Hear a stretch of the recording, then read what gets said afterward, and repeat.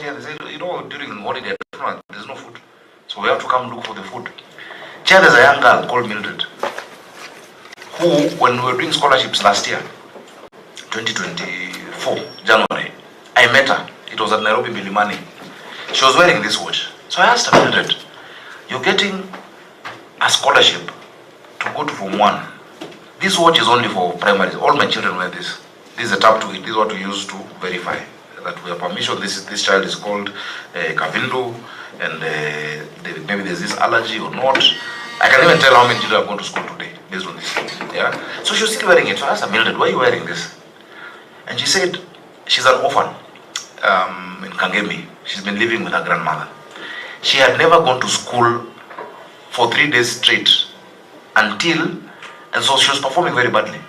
Until when we introduced this program in third term of 2023, is when she went to school for every day. She moved from the bottom of her class to top 10 in the city. And she got a chance to go to Loreto Convent, Limuru. So she said, because, yes, quoted, your school. So she said, because of this, yeah. So she said, because of having this chance at an education, she will never remove it.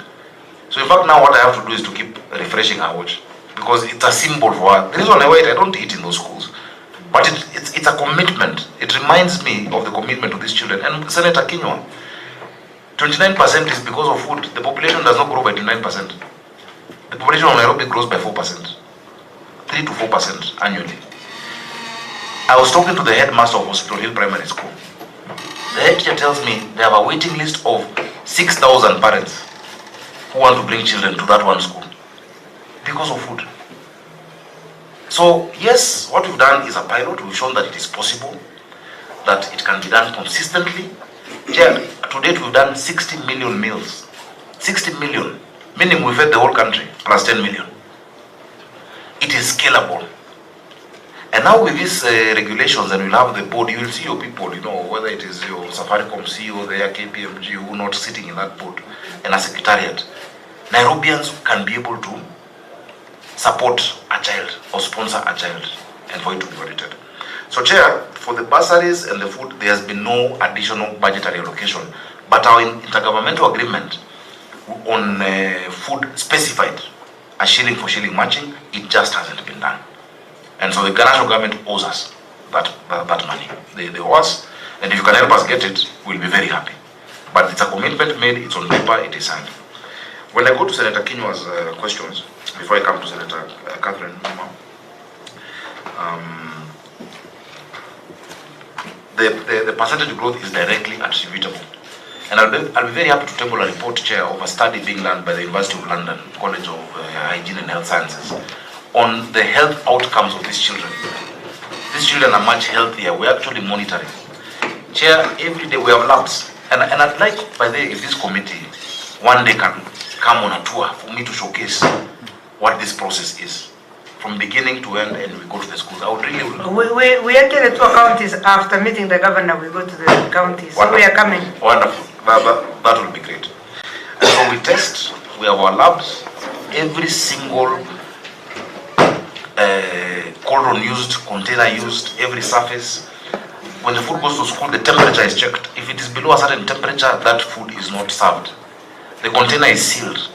The trucks are specialized. It is a high, it is a highly logistical exercise, and I thank God that it has been successful for the time it has been there. I don't want to cause karma by saying anything, but we have had no single incident since 2023, that time to 2025. The question on the chapatis, it was humorous, but it's a real, the children really wanted it, and they really want it. And so the 1 million came because I was saying, look, if I feed 300,000 and each one takes 3, of course that comes to close to 1 million, but doesn't mean that you'll do that every single day. The machine that we have found does 6,000 to 8,000 a day. One has been paid for by the president. We are procuring the other one. And so some schools now can have it, it's not every day.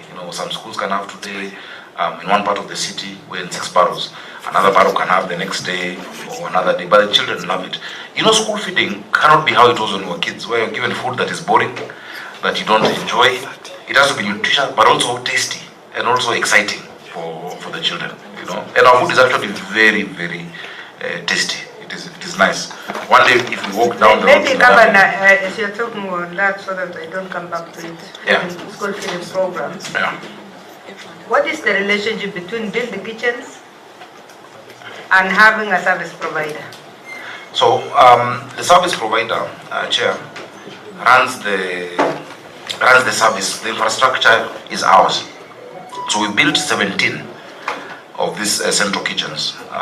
Each of them does between 15 to 20,000 meals. But the employees there, running the buses, sourcing the food, you know, whether it is carrots, tomatoes, whatnot, is done by someone we have contracted called Food for Education. Because one, we saw that they have actually skin in the game because they have a huge kitchen that already built. When I was in the Senate, you remember when we had the Mang Bills bill by Senator Eno. You know, I spoke about what I saw in the Senate. Remember during COVID, there was a lot of vandalism that happened in schools. And so with friends of mine, I went to donate some desks in a few schools, in Olympic, in Tagoreti North, Katina Primary, and in Kinyanjuro Primary. When I went to Kinyanjuro Primary and these schools, normally when you go there, they'll say, oh, Senator Kinywa, we're happy to see you, we're excited. Then you ask the children, what do you want? They'll say, we want a basketball, or they'll say they want a school bus. But children started saying, we want food. And so I tried to bring an amendment into that bill to say that the national government must provide for school feeding by getting it from the farmers. Unfortunately, the bill didn't see light of day. I think it was reintroduced in this Senate.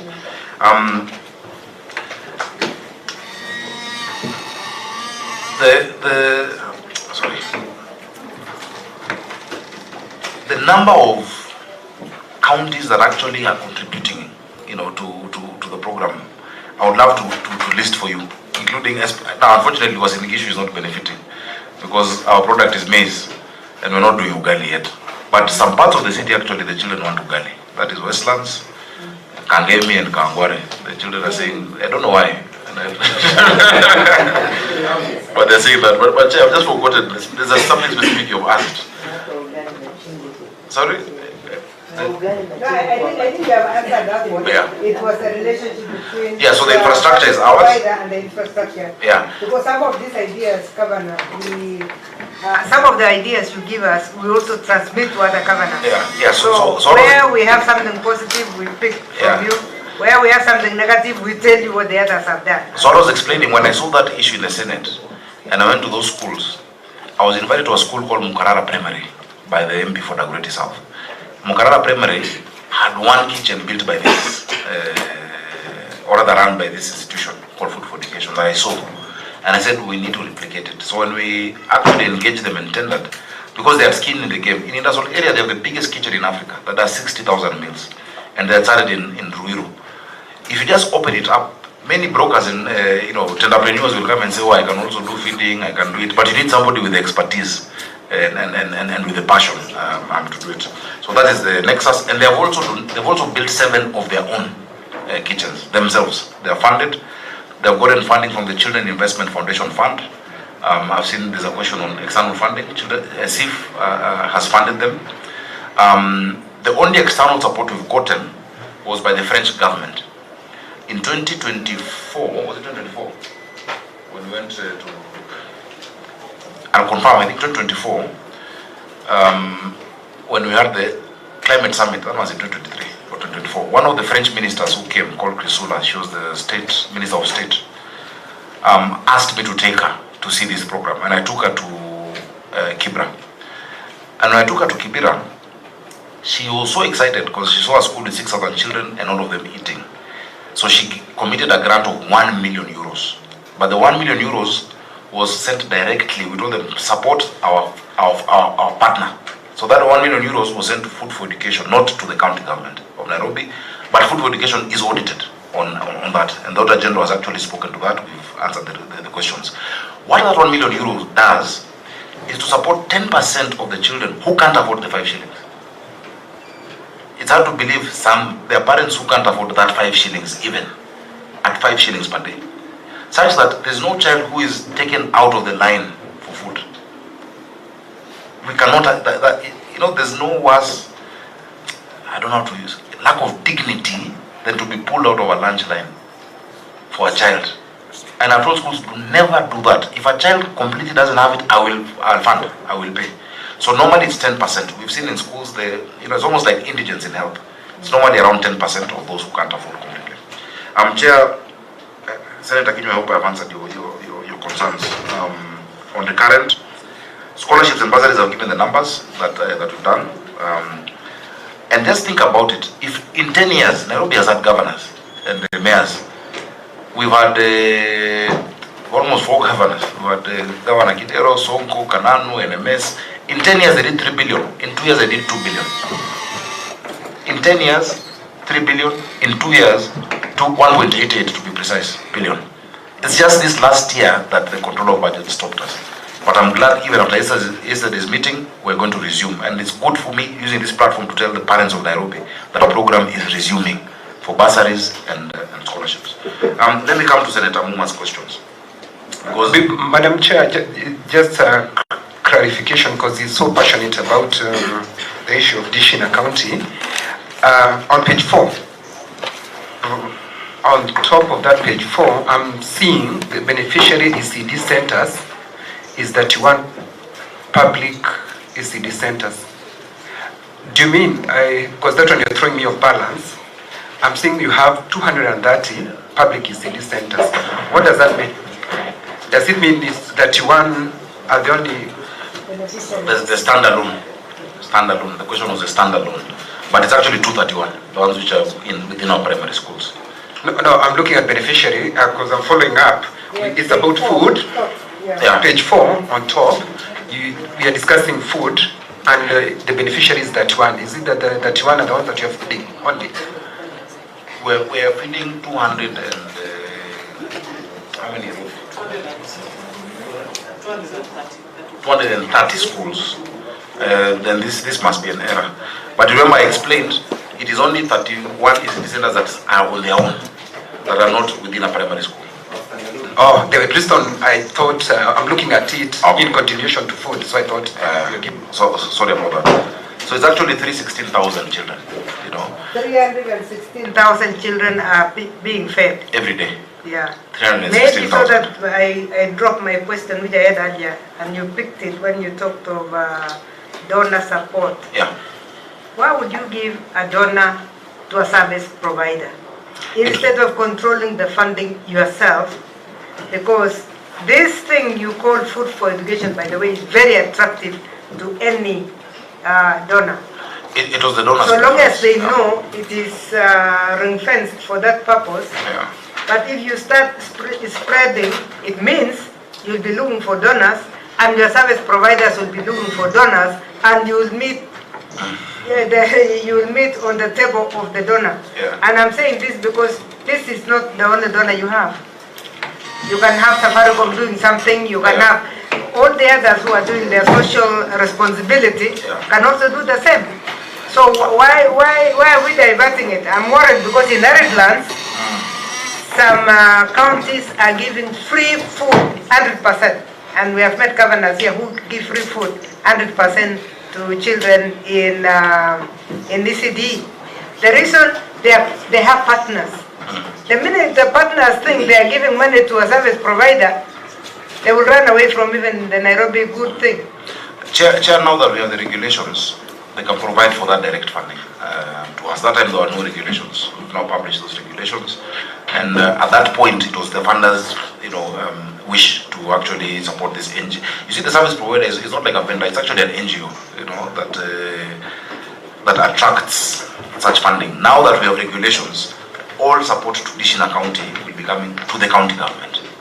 Chair, that will be neater, and I agree with your suggestion. It will actually be neater and easier for us to account for it, and to say for sure this amount has been used in this manner. Chair, that one I take your advice. What to Muma's question, please? So yes, so Senator Anti, number one, it is. Governor, you're out of order. Sorry. Anyway, let me go to the questions. The education policy Generally, if you look at the fourth schedule of the Constitution, general education policy is domiciled with the ministry, with the national government, and counties implemented. For informal, what is that? What we have in terms of legislative intervention for the city, or rather our framework, one, we have Child Care Facilities Act that we've actually done in Nairobi to regulate that space. We have developed regulations then to operationalize that law, and we can be able to submit that. Actually, public participation around that is going on. We are trying to look at which framework we can have, because we've had meetings, formal meetings with these upbed schools and with the ministry. And we're saying that, look, there needs to be, and I agree, Senator Muma, there needs to be a specific policy around this upbed. Upbed means alternative provision of basic education and training, you know. There are results, they have come up as a result of government not performing or not delivering to the people and not providing.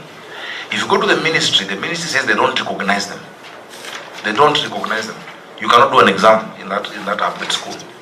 And so I agree on the need for a specific policy around the informal upbed schools, but the correlation of the number of schools in the informal settlements may not necessarily reflect how many of the children in informal settlements are in our schools. Because you find in every informal settlement in Nairobi, neighbors are semi-affluent or affluent area.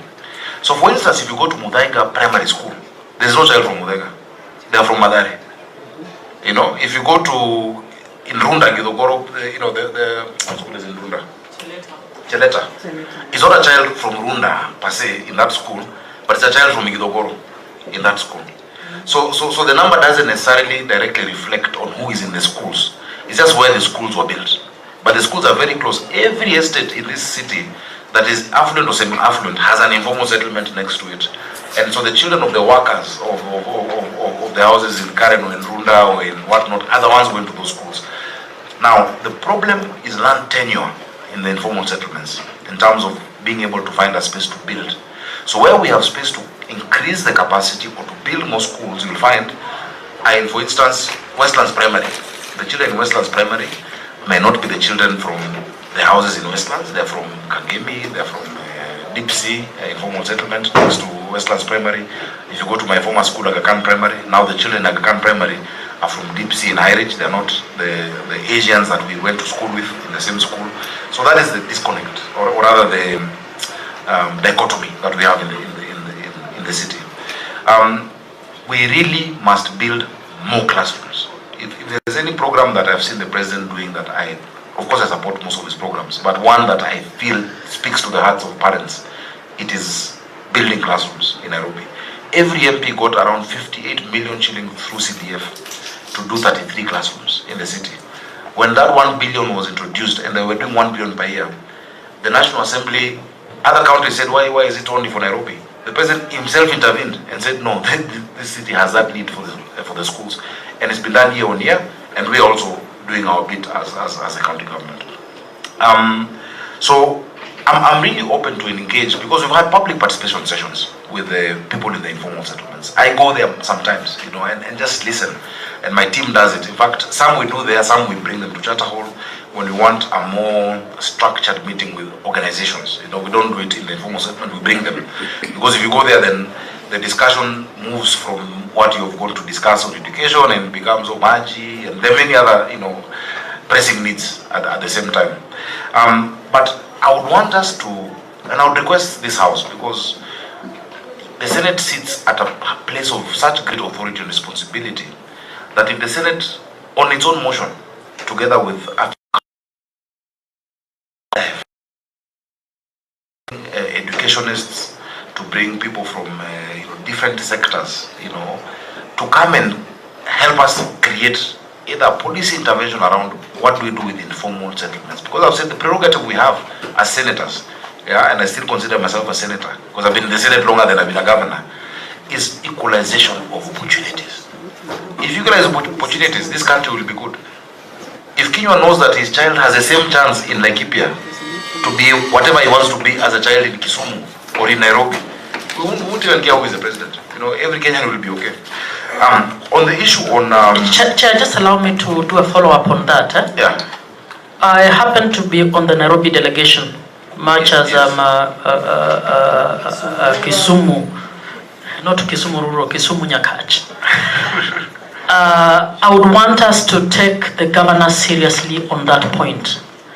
And Governor, I am happy with whoever else as the committee may plan, for us as this committee to sit with you, if you allow, and your technical team, for us to be able to assist on what it will look like to have a county policy, particularly around the informal settlements. They are also coming up in cities like Kisumu and Mombasa. I think it would help to resolve a big issue, not just for Nairobi, but for the country. I would be happy as a human rights person and a member of this committee, Chair, with your permission later, to be able to move on.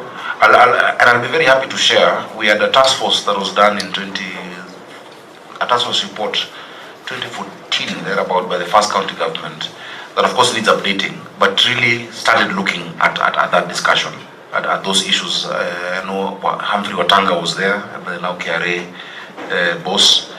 It would be good to update it and see, okay, practically then what does that mean in terms of financing, in terms of the grants, in terms of even looking for external support, in terms of what moves from the ministry to cities that have informal settlements. Because it's a big problem. And remember, you will not solve the issue because you create a vicious cycle. A child who is born in that environment and then does not go to school properly and then grows up and also then has a child, you're just creating a vicious cycle that replicates in our cities. And it's a ticking time bomb, Chair.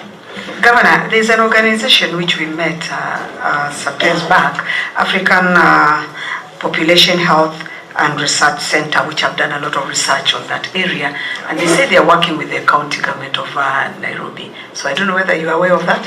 I know HRC, we're doing a lot of policy work with them. Additionally to that, by the way, you know, when you talk about early childhood, many people think early childhood is just about school. The interventions needed for children start from conception. And we're working with Big Win Philanthropies together with the HRC to look at the nutrition of the mother, the training of the parental training during pregnancy. And it's a program that started, you know, it's been done in Addis Ababa, and I've seen how they've done it.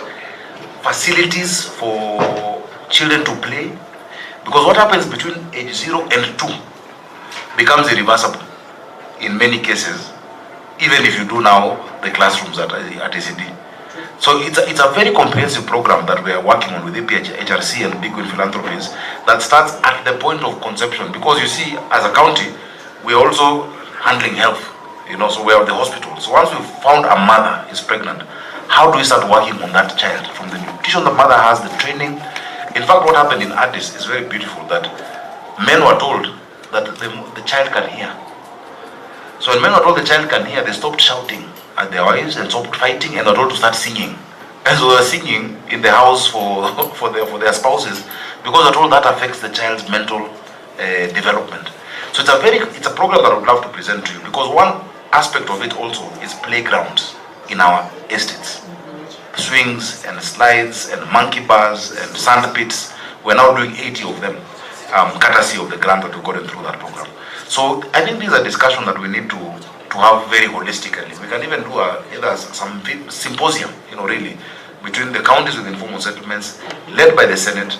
You can bring different stakeholders, including this HRC, UNICEF as well, has quite interesting programs. But these programs have never been brought together in a wholesome manner that only the Senate can do. You have more convening power than any county on its own. You know, so I'd really, please, let's follow that up, Chair. I think you maybe before you continue, there's a senator who has not come on record. Thank you, Chair. Kamau Moranko, a member of this committee. Thank you. Governor, you must appreciate that since the meeting moved from 9 to 10, there's so many other meetings going on, and that's why members have to move to go and give quorum in other meetings. And Chair, I'm actually informed that I'm being waited for in another committee.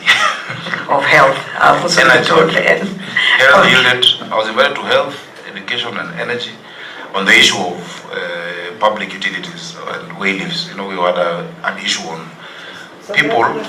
Yeah. So let's rush it hours, and I think members will appreciate that since we got this document today, I think we might need a workshop so that we can look at these documents before we do our oversight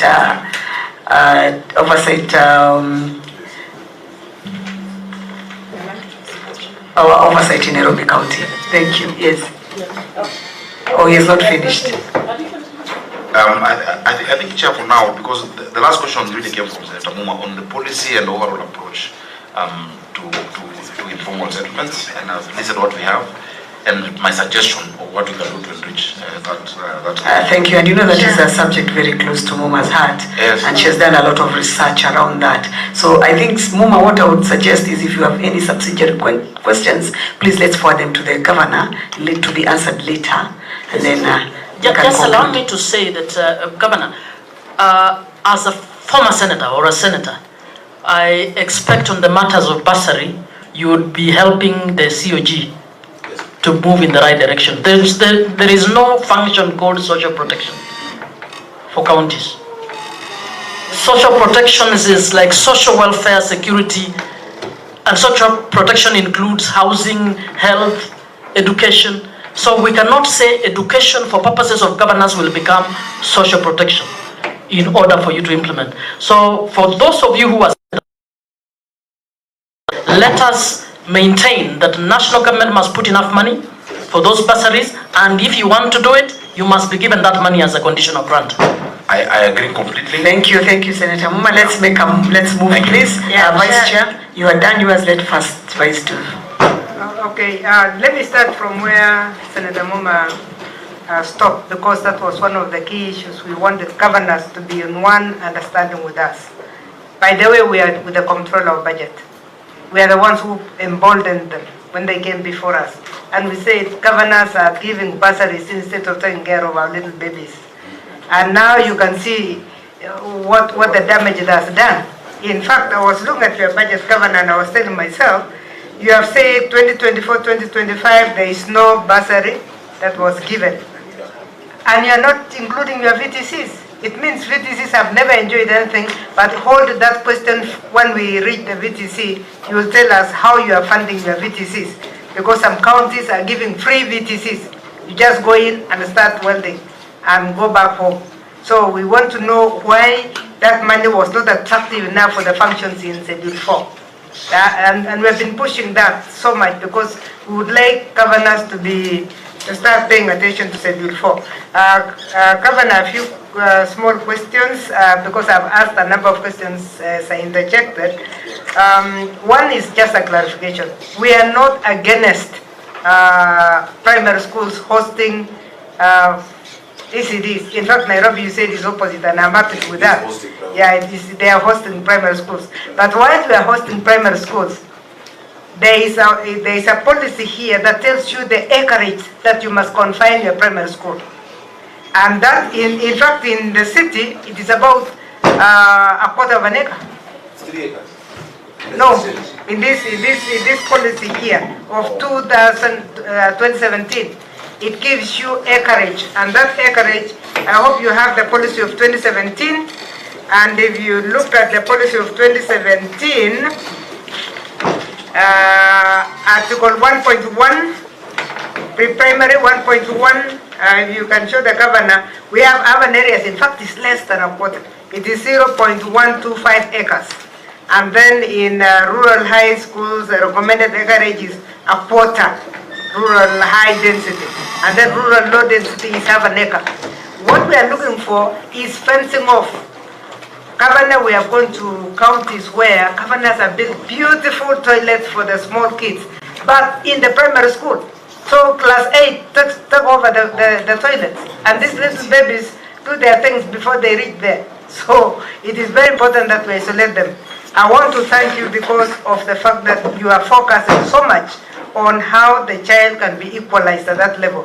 And yours is rural and urban. You have also those slums which you must take care of. So I think I commend you for that. So we are not against primary schools hosting or ECDs hosting. Just let's make sure that they're isolated, they're fenced off, their play area is so attractive. And we look forward to see their play area. I was looking for the swings and the slides and whatever. Now, those ones are very attractive to class 4, even if they are ECD properties. They will jump over fences to go and play. So you must fence them and have an exclusive area for them, and that is also a comment. The other comment that I had was, I was actually very worried when I saw private schools are more than public schools. Then I said, okay, we have arrived in Nairobi, all of us, so we are building nursery schools to take care of middle class and above, so that should not worry us. Your ratio 1 to 33 is not that bad, but the population, I'm in shock.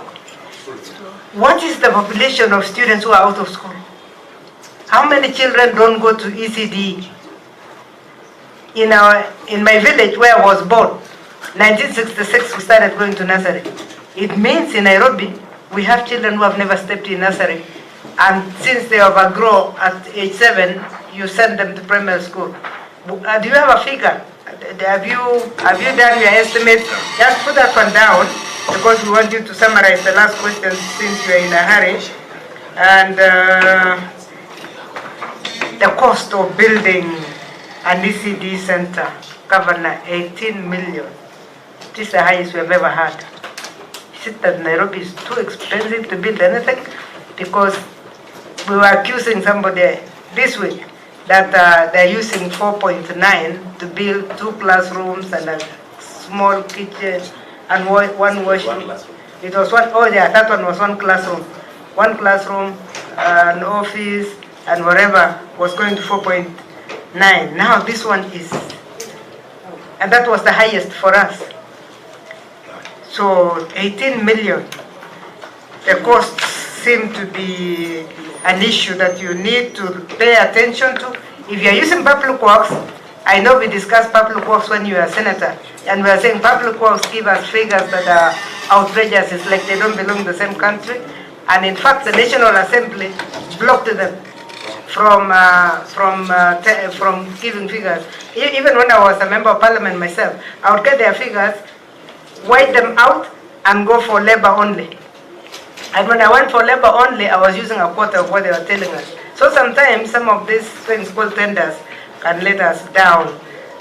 Transfer functions you have mentioned, it's expensive. Why not spend in ECD VTCs? You will give us that one when we reach there.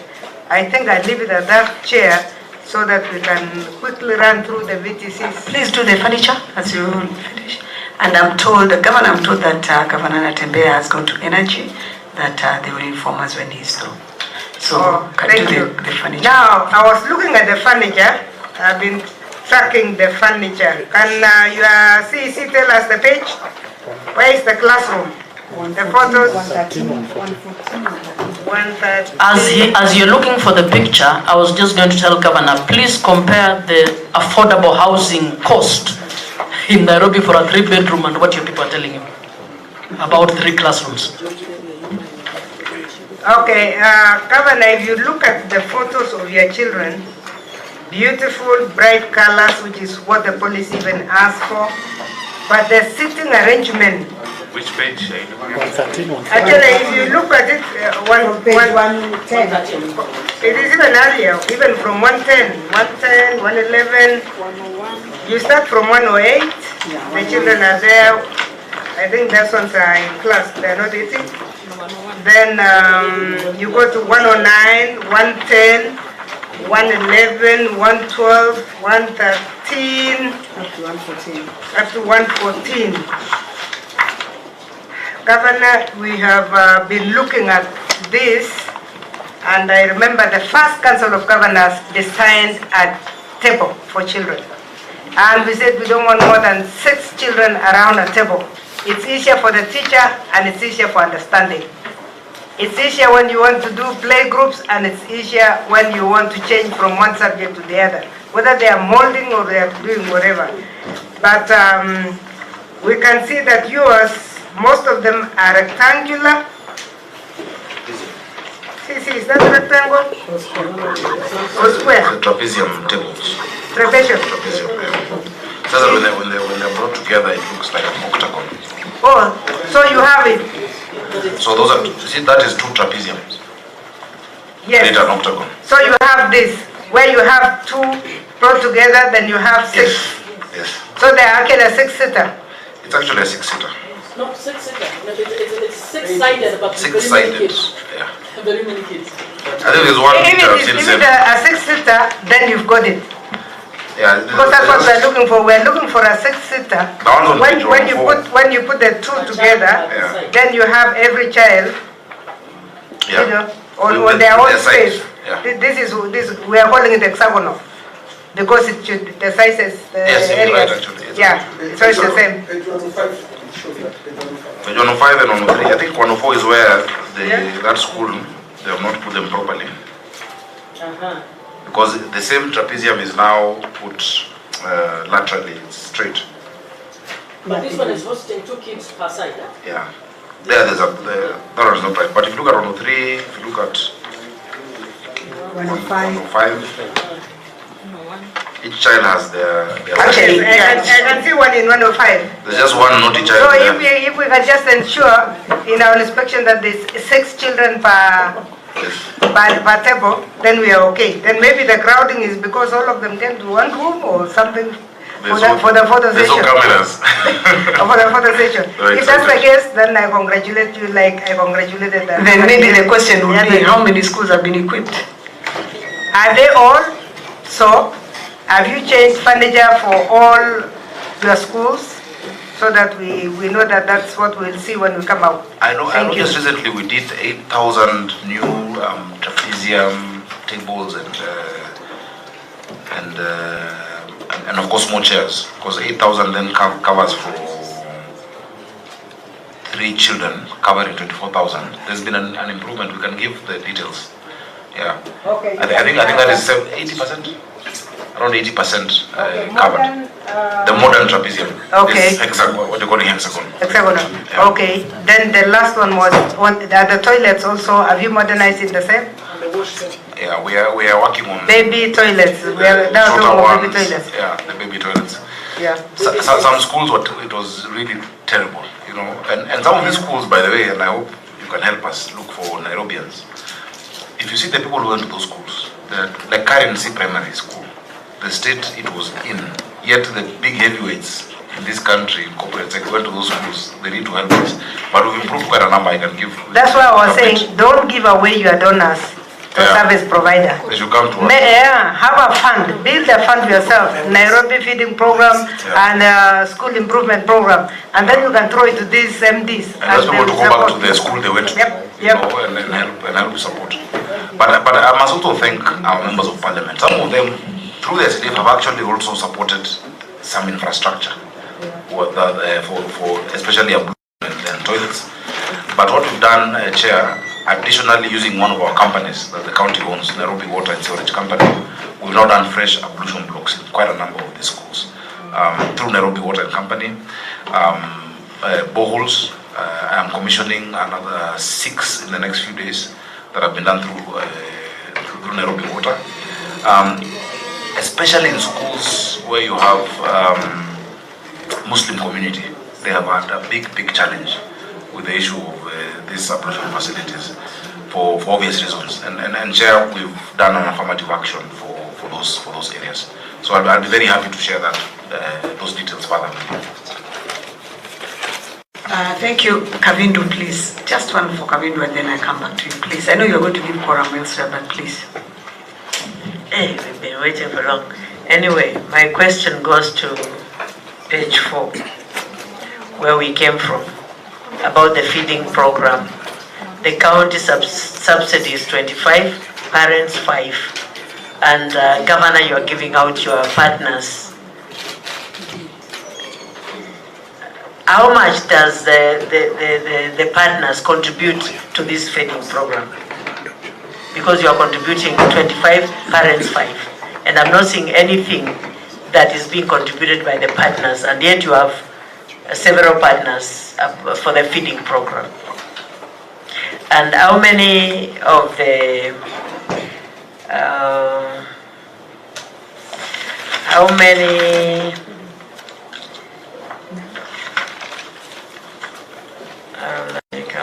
Let me come back for that. Let me get it and then come back. Okay, Morango, please, Senator. Asante sana mwenyekiti. Gavana, swali yangu moja. Bila kusema nilitembelea nani, lakini nilikuwa jela la Lang'ata women, na nikapata pia shule pale ya chekechea haikuwa nzuri sana, hakuna ukuta, wanasema pia wapati lishe. Nataka kujua gavana, kama uko na mpango wote kuhakikisha wale watoto wamezaliwa pale pia kama kuna nafasi ya masomo. Asante. Yeah, I've got it now. Through you, Chair. How many public libraries have the county government under your lead has built right now? And yeah. Thank you. Senator, we've not come to libraries. We said we first finish with ECD and then it can be answered. So let us finish with ECD and then for clarity and then we can come back to libraries, please. Labda nianze na sorry? The feeding program. Yeah, the subsidy. Let me start with Senator Murango's. Asante sana. Senator Mua will tell you that that nursery you're talking about, I attended it on and off in Lang'ata Women's Prison, because my mom used to be an officer. So on the days I'd be naughty and refused to go to my school, I'd go to that same nursery, you know, and it's something I'm going to look at. I'll take it up. Kuangalia hali yake, kuhakikisha kwamba mimi ni alumni wa hiyo jela. Thank you, Governor. Next. Nitaangalia the subsidy. I think what we did indicate the cost of the meal, because the county does 25 shillings, the parent 5 shillings, and then the supporters all together 15 shillings. Because the actual cost of the meal should be around 40 to 45 shillings. Of course, we know the prices of commodities change based on the season. It's around 40 to 45. We could have done it free, but we chose not to make it free. The parents have also some pride that they have topped up that 5 shillings and that they're part of it. If you make it completely free, what I have come to see in my experience, people will say, hata si tamu, chumvi ni mingi, the complaints will be much more. But you can actually afford to make it completely. That's why no child is removed. But the parents, the pride they have, when I meet them in petrol stations or where it is, and they say, I have loaded, look at my app, I have loaded 100 shillings. That will cover my child, my 3 children for X number of days. They have so much pride that they're also contributing. You cannot take that away from the parents. So it is 25, 15, and 5. The 15 is by Children Investment Foundation Fund, CIF. I was just wondering why it's not on the list like the rest of them. That must be an oversight. But also, that is what goes directly to the food for education. That doesn't come to the county. The 15 goes to food for education, as we just do the 25, which they invoice us, because they are like a service provider. That is where Chair is telling you. I agree with the Chair. Don't give out the partners who come directly to you, because then you'll be able to account for whatever they give. Now you cannot account for it. And especially, though they're audited, and they provide those reports. But what I'm grappling with now is really the holidays. The parents are telling me this is a long holiday, for instance, almost 2 months, and the children are at home. What do we do? So I'm figuring out a way that we will keep some of the kitchens running. Maybe not all 17 because of where they are, but many of them. For instance, if you look at the Great North Kitchen, it is in Mudangari Primary. Mudangari Primary is within a very affluent estate in Lavington, but all the children are from Kawangware, you know, and so in some cases you can just keep some kitchens going, but let's take food to places where, you know, to the informal settlements. That is what I'm grappling with right now. Governor, are there children who are unable to pay completely? Yeah. What happens to them? We pay for them. 10% of the children cannot pay at all, and it varies. The parent struggles, you find, because when you look at this wallet, you look at the child's wallet, you'll find that maybe the parent last topped up a week ago, and the child is in school. The child doesn't know that they have not been paid for, because they can't see. You know, it is not like giving the child cash to go into school. So what we've told the center managers and the teachers to note those specific children, we cover for them completely. But no child is to ever be removed from a school lunch line. That is the policy, and that is our position as a county. Governor, as you say that, what are you then doing to these other schools? Because you are giving them to 31, because this program has become very popular. Is it called Dish in a County? Yes, it's become very popular, and I think kids all over are talking about it. Those who are in school, they go telling the others that I'm in this school where they're being given food, and you're giving to 31 schools as opposed to your 230 public schools. Can you give hope to the others? It is not 31, that was an error. It is all the schools. Okay, okay. All public schools. Okay. The only challenge we had, Chair, was the schools in the military barracks. And I spoke to the Chief of Defense Forces, General Kahariri. He has now given us access. And the AP schools like Utawala and those in the police lines. Just those. But and I'm happy, Governor, to hear that. That was worrying me because that thing has become very popular. And I think most of the point they see you dish in a county. Thank you. Chair, allow me to go just back, a very important one. It will be remiss of us not to raise. You talked about the ward-based budgets. Yes. Now, I think we cannot have functions that are treated as functions of MCS. That's how we get into the trap of the unconstitutional NGCDF. My view, or I believe the committee would support me on this, if you have ward-based programs, they still must be accounted for per department. So the Department for Education cannot tell us they don't know how many ECDs have been developed in the wards under the ward-based budget. There is nothing like that in the Constitution. It is an administrative arrangement to have MCS to have a say on the kind of projects they want, but responsibility still lies with you as the executive to be able to account for those projects and place them within the your county departments. I think you touch on that one as whether that is the position. But the last one we had was I heard was about water. When we talk of an ECD center, we are talking of water tanks where people are relying on rainfall. Now you have boreholes. Are those boreholes are they tested so that we are sure of the water? Because Nairobi is fluctuating. Some areas boreholes cannot be done. And do we have water tanks then running for hand washing and so forth? Or how is that part of the ECD center? Generally, and it's good to give context, Nairobi is water scarce as a city. And in the last 3 years, we worked hard to reduce that deficit. Nairobi as a county had only 4 sources of water. Yeah. Kikuyu Springs, that was built in 1908, Ruiru Dam, 1928, Sasumwa in Nyandarua County, close to my friend, which was built in 1958, that gives us 60 million liters a day, and then Nakaine Dam from 1994 to 1997. Those are the only sources. And that Nakaine was providing 84% of the water in Nairobi. Now, in totality, if you add all those sources of water, it was coming to 525.6 million liters daily. Yet the demand in Nairobi, when I got in, was 870 million liters per day. So the first thing we had to do was to increase the quantity, just pass the quantity of water coming into the city, which we've successfully done by completing Northern Collector 1, which has provided an additional 140 million liters of water in the city. There are areas now that never had water, that have water.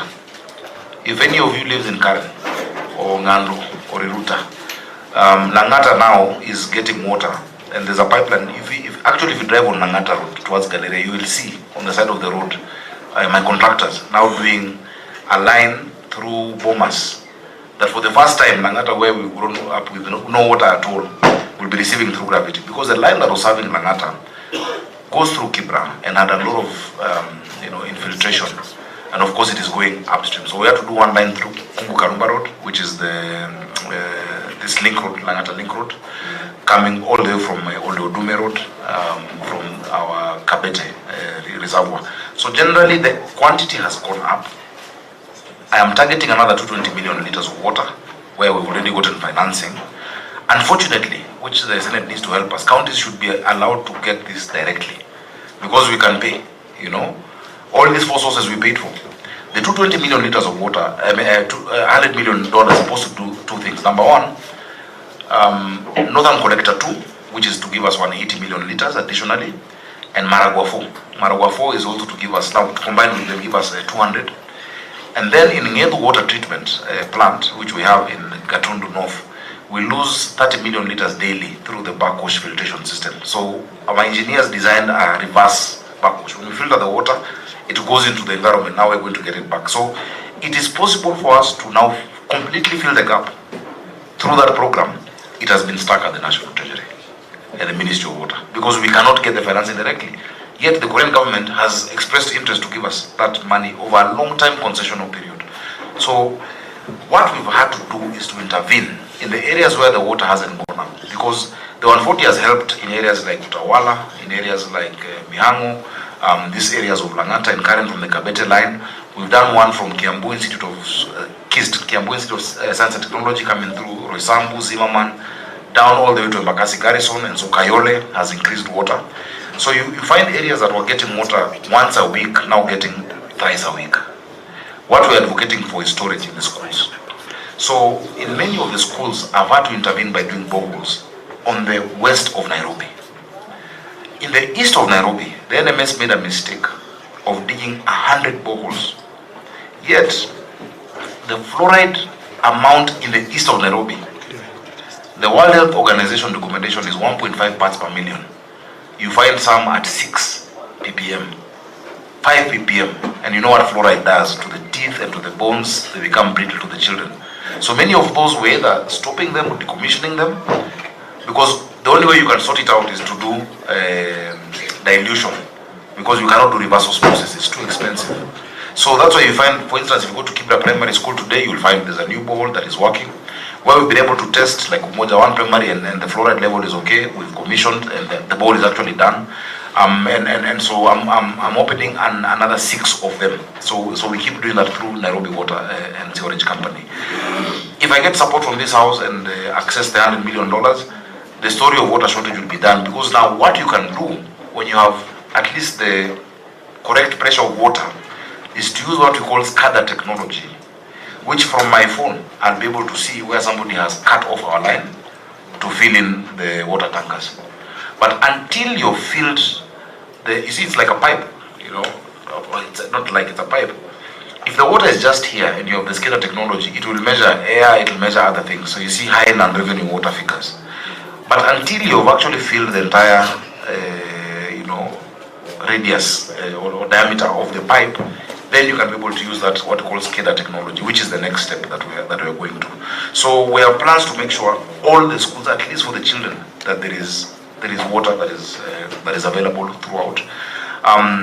There was a problem with the water bills in these schools. You can imagine many schools were not able to pay for their water. So the county comes and intervenes. Because in as much as Nairobi Water is our company, fully owned by the county government, we have to make sure that it stays afloat. So the county government intervenes on behalf. You have answered. I think that's good. Thank you. Just need some clarification, Chair. You are saying that you're not allowed to do PPP with the Korean government or agency. Yet in the previous Water Amendment Act that we did, we allowed counties to do PPPs with county governments. The only thing that we were against was for the National Water Works agencies to do PPPs, and then they sell water to counties to the last mile, denying now the water companies to sell the water. That's what they're doing. That's what they're doing. They're trying to charge us for Northern One. But what with the Korean government is not a PPP, it's actually a loan. You know, it's a loan. If you look at my Nairobi Water Company, we found it at 8 billion in terms of revenue. This last year we hit 12 point something billion in terms of revenue. It is actually able to pay those loans. But you see, the PFM limits our ability to borrow as subnational entities. That is the only challenge. Such that you can have all that agreement, we've sat down, you see me sometimes out of the country, we agree, I have to come back to Treasury, or I have to come back to the ministry, they take us around. The last example I'll give you, because you're senators, you can help me. Nairobi has a problem with transport and transit and traffic jams. We got 314 euros from the French Development Agency, European Investment Bank, 74 million euros to do line 3 of the BRT.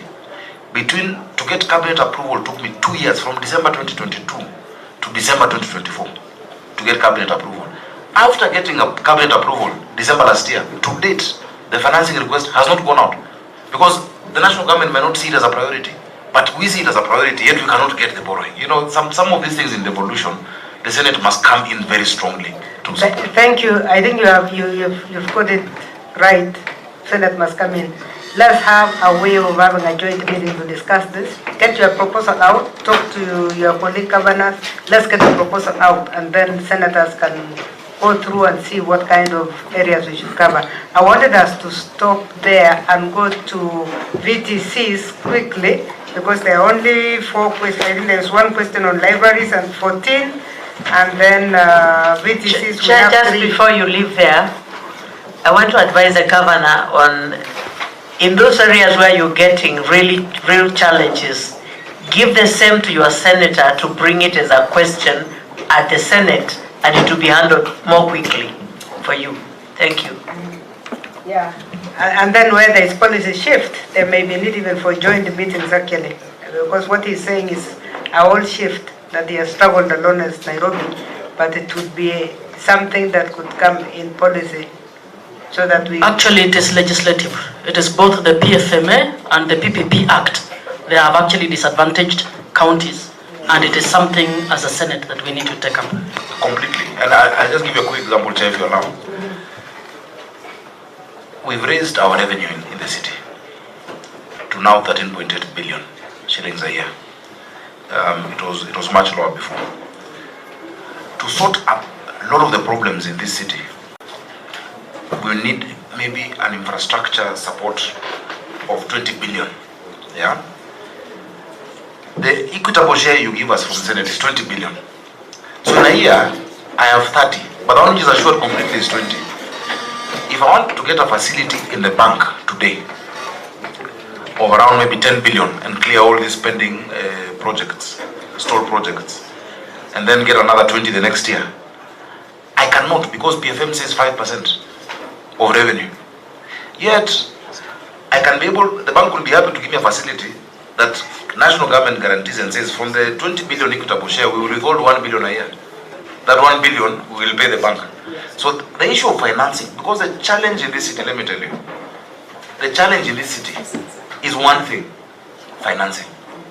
It is only financing.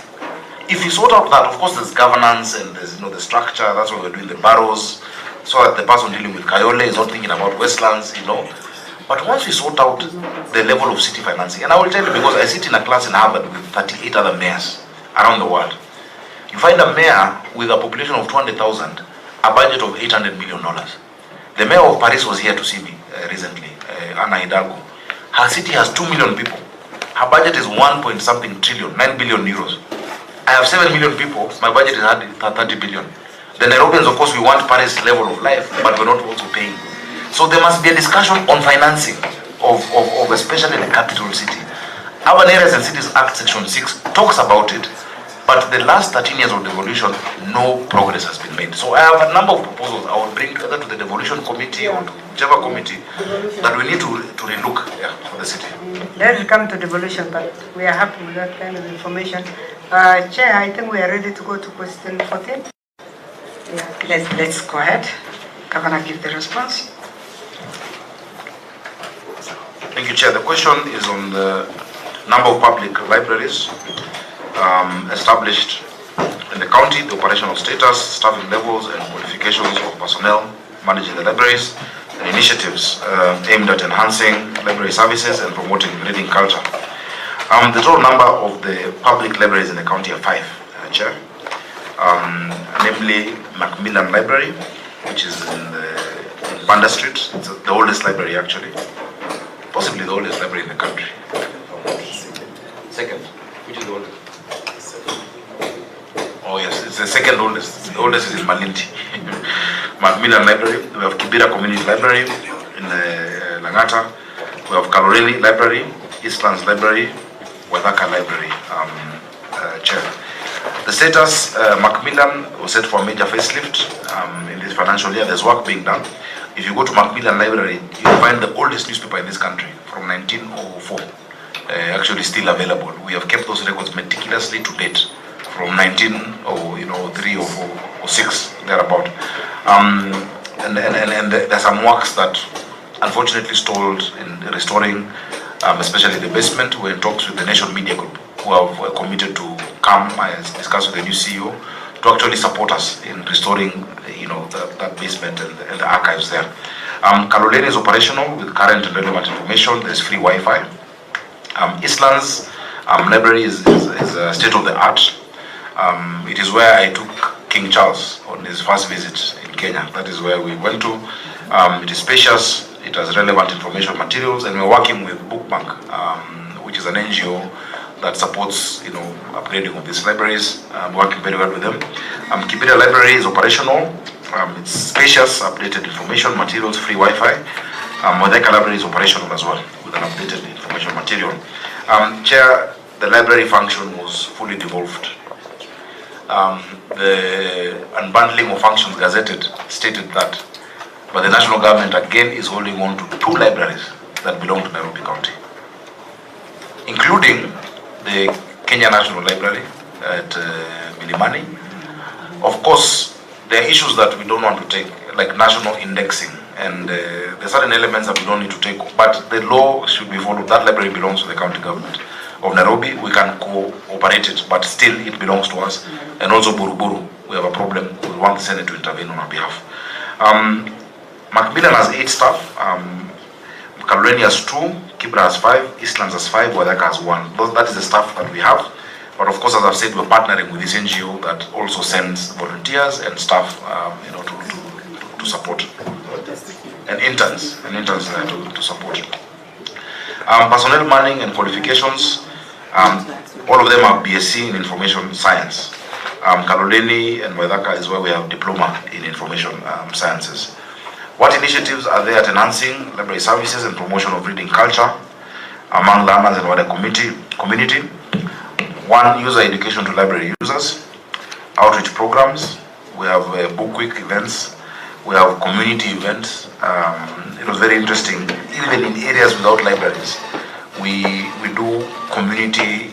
For instance, before we did the river regeneration program, we went with books to Madari and had a river festival that was about reading, and the older generation explained to the children that there used to be fish in this river, and the children saying, we can't imagine that, but let us, so they would start drawing, and there was oral literature that was happening. It was a very beautiful thing to see between the older generation that were in Madare before and those who are there today. We've hosted a lot of collaboration, interviewing scholars. The CNN News have been there.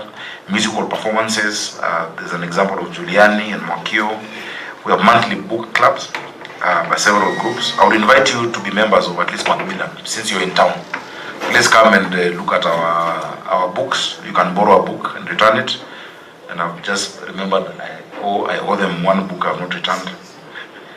The children artworks that we're doing, drawings, dance clubs, public participation, ADP forums are held also along the libraries. And so there are many of such examples, directly and also with our partners. Safaricom, we partnered with them to train library users, 50 in number, 9 to 13 years old, and the Safaricom's Kick to Code program that is ongoing. Introduction of PayBill that has made it convenient for those who, where we need payments done. Feedback channels. There are tour guides. These days there's a lot of urban tourism, and we found some young people very innovative where they bring the tourists, put them in a matatu, and bring them to the CBD, take them to Macmillan, bring them to Eastlands. That even just the matatu tour is part of a cultural experience that many of our tourists are enjoying, when they come to the city. We're empowering women in Eastlands and Kaloleni with our partners. And I think finally is the end of year celebrations where we host 250 children for fun, art, drawing. And there's an annual dinner where we raise funds for our libraries, the chair. The list of visitors, so I don't know whether I should answer the question asked on additional libraries we've done. Maybe you could before you go to visitors. Yeah. We have we've acquired two of the libraries that had been held, two of the ones held by national government, which is Kibra and Waithaka, which we acquired from AMREF, and we have rehabilitated it. We've not built an additional library yet as a county. We've not been able to do that. We're seeing that what works is having our social halls have a section where in the evening our children can do homework. You find that in many of these settlements, in the house, it's not conducive for a child to do homework or to study. And so in the evenings they come into our social halls that are all across the city. There's a section where they can get books and where they can read. So we've not built physical structures, but we've passed the library, we spread the library function to more areas. You said you have what? Social halls? Social halls, our social halls, yeah. And we've built more social halls, yeah. So it's a mixed use. It's not a library per se, because you'll find there's chess being played there, there is table tennis, but you do a section where children can actually come and access books. That is what is working for us. The funds would allow you to build standalone. But another concept that works very well in the city is mobile libraries. Yeah, so a mobile truck that actually moves from place to place, and the children can borrow books, and then it goes to another place, but they have to go with the books home. So it's not a physical space where you come. Are you saying that is a plan or what you're implementing already? We're partners who've been implementing that with us. Yeah, we've not. The one studio we built, which was a library and also a recording studio, unfortunately, was burnt down during the protests last year. It was a 40-foot container with those facilities, and it was parked at Uhuru Park. It was burnt completely down, and that was serving both functions, both recording for the arts, music, etc., but also library function. Now there's a group that has brought us a proposal where using the Ndudhis, they can actually move estate to estate and have kids borrow books, and then we interact with them and say if someone can recite something, etc. That we're still working on. It's a very novel idea, but which is good because just of the dense nature of the city, you know, that is something we're looking at. We've not yet implemented it with them, but we're currently looking at it. Can I go to VCT? Chair, can I ask on library? Yes. Yeah.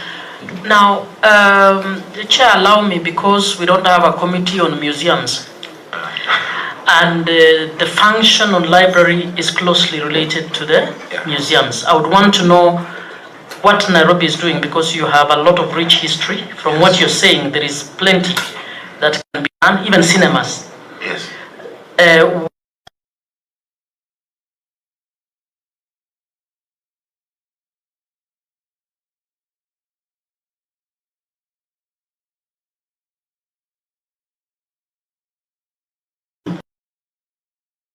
Should we do to deliver on cinemas? You then think out of the box, do the activities, and then put a budget.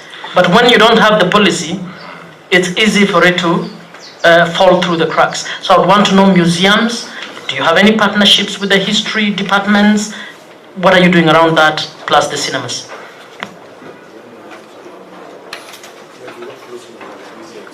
Yeah, so that may be, you can answer both. Can I ask also a question on libraries?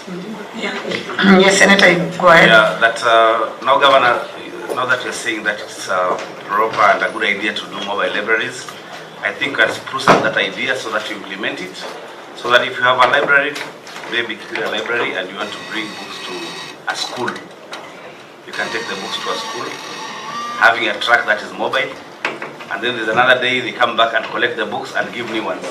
Yeah, it's important so that books are available to the kids. Thank you. Thank you very much, Senator. That is it's actually what we're thinking of doing, and we've provided for budgetary provisions to be able to implement that. First, by replacing the mobile one we've had a tussle with insurance. The insurer seems like, and we've reported to the Insurance Regulatory Authority, because we had insured that mobile library to the tune of around 60 million. But the company looks like, I think that company is going under. They have a problem. They have not been able to pay us. We've written to IRA about that specific company, and we've cancelled all contracts with that insurer.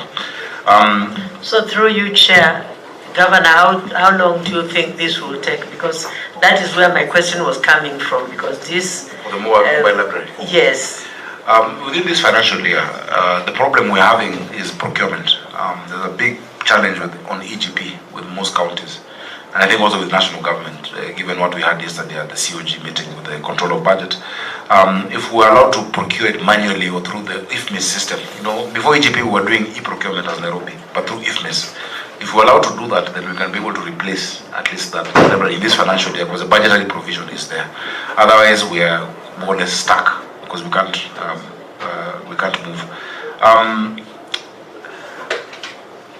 The challenge that we've had again is the clawing back of functions that have been unbundled. The museum function has actually been, it was in the Gazette notice by TRC. In fact, what they said was all revenue from museums must be collected by counties. But when we send our officers to the National Museum or to whichever other museum, there is resistance, So we again will come to you, because we don't have a standoff with the national government or a scaffold, like we saw in one of our parks where KFS had come to forcefully take over, and we said no, this park, city park, belongs to the county. And I'm glad the court ruled that 2 weeks ago, and KFS has left. Because they even they created a fake title during NMS time, a fake title deed of City Park by the national government under the Minister of Finance. Yet we have the original title from 1920 something of City Park as it is, belongs to the county government of Nairobi. So there's a lot of, some of these things we don't say out there because we don't want to politicize the engagement. But before I became a senator, I used to wonder why people say you need to protect devolution. Protecting from who? Now I know you need to protect it. Because the default setting, even with well-intentioned people, the default setting in national government is to grow back. Because they think as we are doing kalongolongo in small governments, they think we're not serious.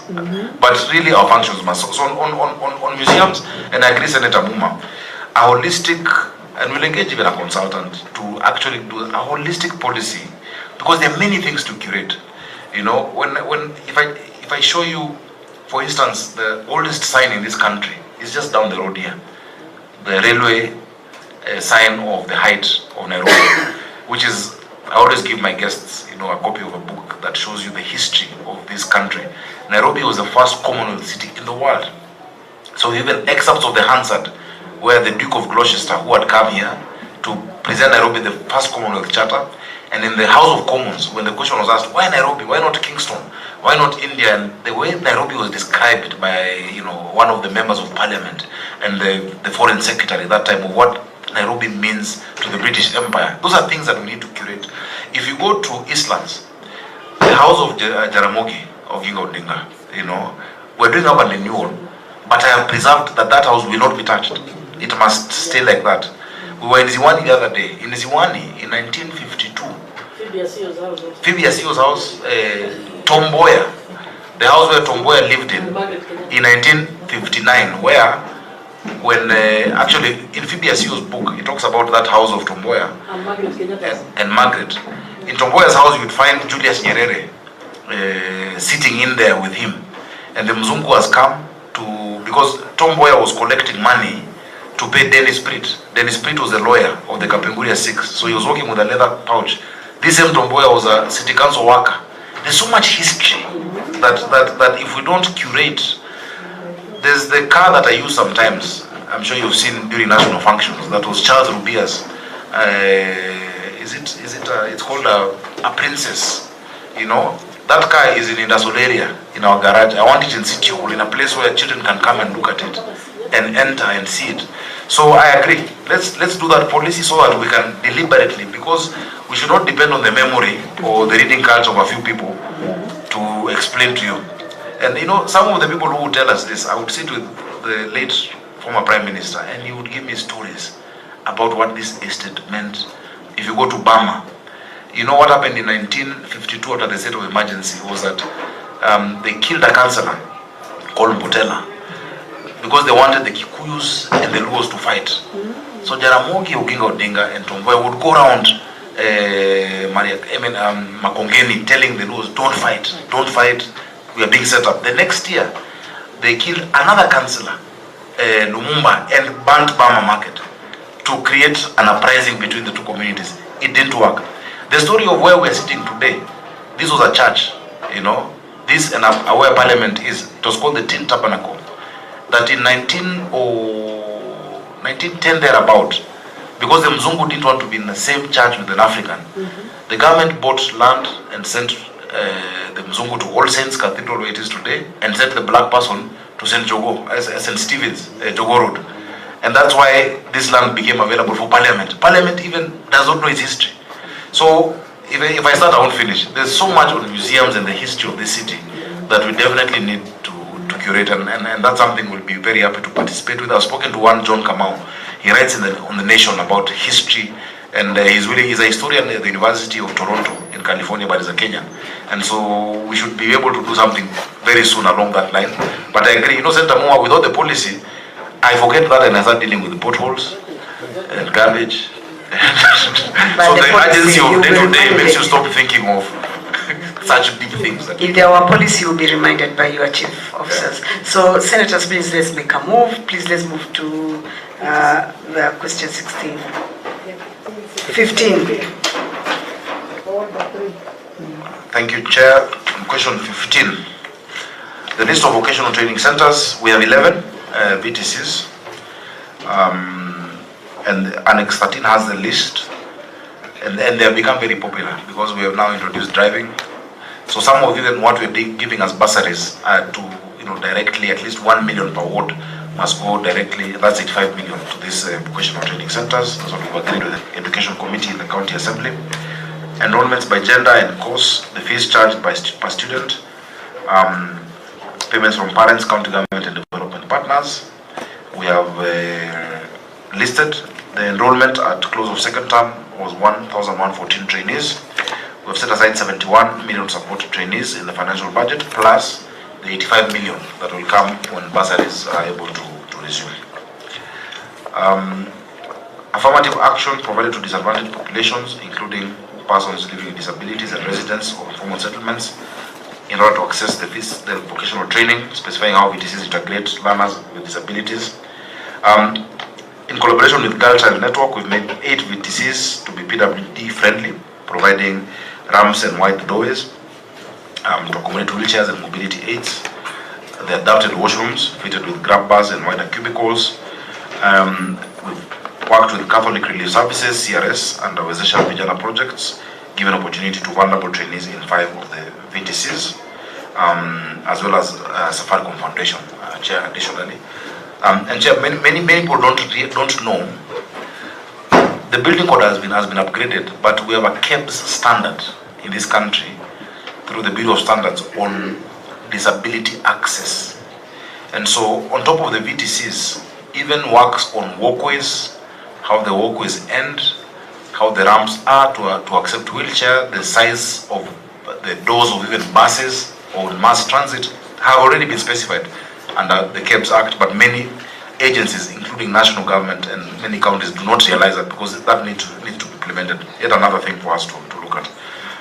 Finally, the skills training provided in vocational training centers, including future plans, targets, lessons learned, and challenges faced during implementation. The 11 VTCs and 1 HCC train in a range of courses, artisan and trade test. Courses are examined by NITA and the National Examination Council, and soon transition into TVET CDSCC. So all of that, Chair, is an Annex 14. I submit, Chair. Thank you. Yes, Senator Muma. My traditional question again. Your Excellency, again, if you had a VTC policy, your department would be forced to know what is your catchment population like. So we would want, I'm sure if we stayed longer, we'd ask you how many of your Nairobi learners did not transition from secondary, I don't know, let me just use the old school, from primary and secondary schools into tertiary institutions. How many have not been accounted for? How many others have become Nairobi population because they came from Kitui, Kakamega and all of that? And therefore, how are you designing the VTCs to be able to take this? And what we are finding as a committee, that governors have not taken the VTC function seriously. And yet, that is where the crux of the matter is in creating skills for jobs for young people in this country. So we would want to urge that this be taken seriously. We think the monies you're pouring in bursaries should actually be going to this function. You should actually be helping the nation to support this group that is falling through the cracks. And I would want to know also, in Nairobi, you have a lot of the big industries. But there is the national government, what do you call the program? Is it CAPS? Whatever it is. The industrial, the creation of the industrial parks by counties where the national government is putting in some money and you're putting in some money. Beyond the traditional industry that we have, a lot of it manufacturing for export. What is Nairobi thinking through? Given I believe you have the largest number of young people who need to be skilled, and therefore you might want to add additional industry. Thank you, Senator Kamar. Let us have all the questions, and then you can answer. Senator Kamar, please. Yeah.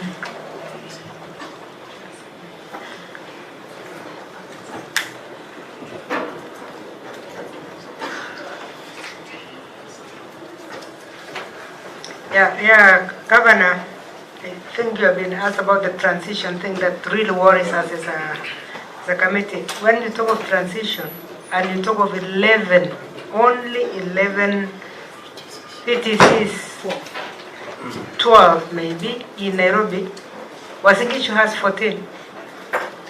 And we are demanding more.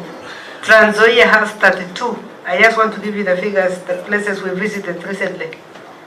Elgeyo Marakwet, 18. The population is in Nairobi. The buildings that are going on in Nairobi are so many. So it's going to go, it is costing you immigrants from other countries that are coming for labor jobs. Because if you don't have enough masons and you have a lot of buildings in Nairobi, then people have to migrate. Then it gives pressure to your water issues. It gives this thing of urban migration. You are attracting it completely just by not having enough of this here. So you become a victim of that kind of thing. So I'm asking myself, 11? I started 11, Your Excellency, when I was a member of parliament. Member of parliament. Because I came from the university and discovered that most of my students were not going to university. So they were hanging somewhere. Most of my primary kids were not going anywhere. So I told myself, I set aside money from CDF. And I decided I was going to, when I reached there were two which were being closed. So I revived those two and shifted completely. Two of them, as you are talking of transition, two of my VTCs were transited to TTIs. And that was a constituency. Of course, they have lived a life of up and down. Even when we went there, some of the things were not very impressive. But I'm talking of population and transition, as Senator Muma is saying. You have offloaded from class 8s into the streets, and then we have also offloaded from 4s into the streets, because the passing rate of Nairobi to university is not more than 30%. You know, there are those 11, but there are also 309 Tibets. There are so many private facilities in addition. Of course, we as a county should build more, but it's not that there are only 11 places of vocational training. But what is that? What are they? You know, they are TTIs. We are not talking about TTIs. No, the Tibets are doing vocational training through Tibet on plumbing, engineering, mechanics, masonry, this thing called, what do we call that certificate? The lower certificate of NITA. Trade test 3, 2, and 1 is what was given to the governor, so that you take care of your class 8 those who are exiting class 8, because No, I agree. we don't have enough secondary schools. I agree. And the population in informal settlements who cannot afford those big. We need more. Just add me money, I will build them. Just that. You have money. That is why we are protecting your money from going to bursary. Yeah. Giving a bursary to a university student, you are giving your bursary to a scholarship to a university. Why 10 an hour? Those ones will go on the streets for themselves. You know, they go to the streets and they vent for themselves. Our worry is this one who left class 8 is in Nairobi street, informal sector. If there is no VTC in an informal sector in Nairobi, For the traders, there's that the 11 plus another 40 that are private. But I completely agree with you on that issue of you know, if you help us, because you see we do bursaries because the need is so clear and there's a gap left by the national government. If they can actually make education free completely from primary and secondary, completely. Governor, we are with you there as a Senate. We'll put all that money. Governor, we are with you there as a Senate. What we are asking is let the money follow the functions. So if you want to give bursaries, please ask the national government to give you the money. What we want is let the money follow the function. Yeah, Senator Maruma. Maybe as Senator Maruma comes on, you could also give us the number of secondary schools in Nairobi. I've been waiting before Senator Maruma. Number 16 on the affirmative action provided to disadvantaged populations, including persons living with disabilities and residents of informal settlements. In your answer, I have seen adaptation to do with ramps and wide doorways and washrooms, but the actually learning, the skilling has not been captured. You know, the PWDs don't go through the normal curriculum of pre-primary, primary, lower, what is it called, junior school, senior school. They go through initial numeracy and literacy, and then they transit to pre-vocational, then they go to vocational. So in answering this, you really need to tell us what they are learning in the content. Yes, the content, and how you are adapting in teaching the deaf, the blind. You know, what skills are they learning? That's what you need really here, so that everybody can be able to learn skills.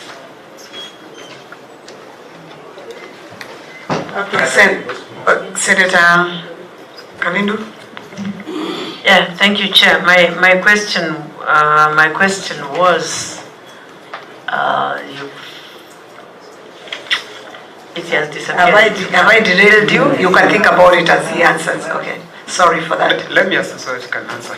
Okay. Senator Kenyans. Okay. I'm looking at the fees that is being paid to these VTCs. They are different. Then, even if the reason then you have very few VTCs is because even in some VTCs, I'm looking at Jericho.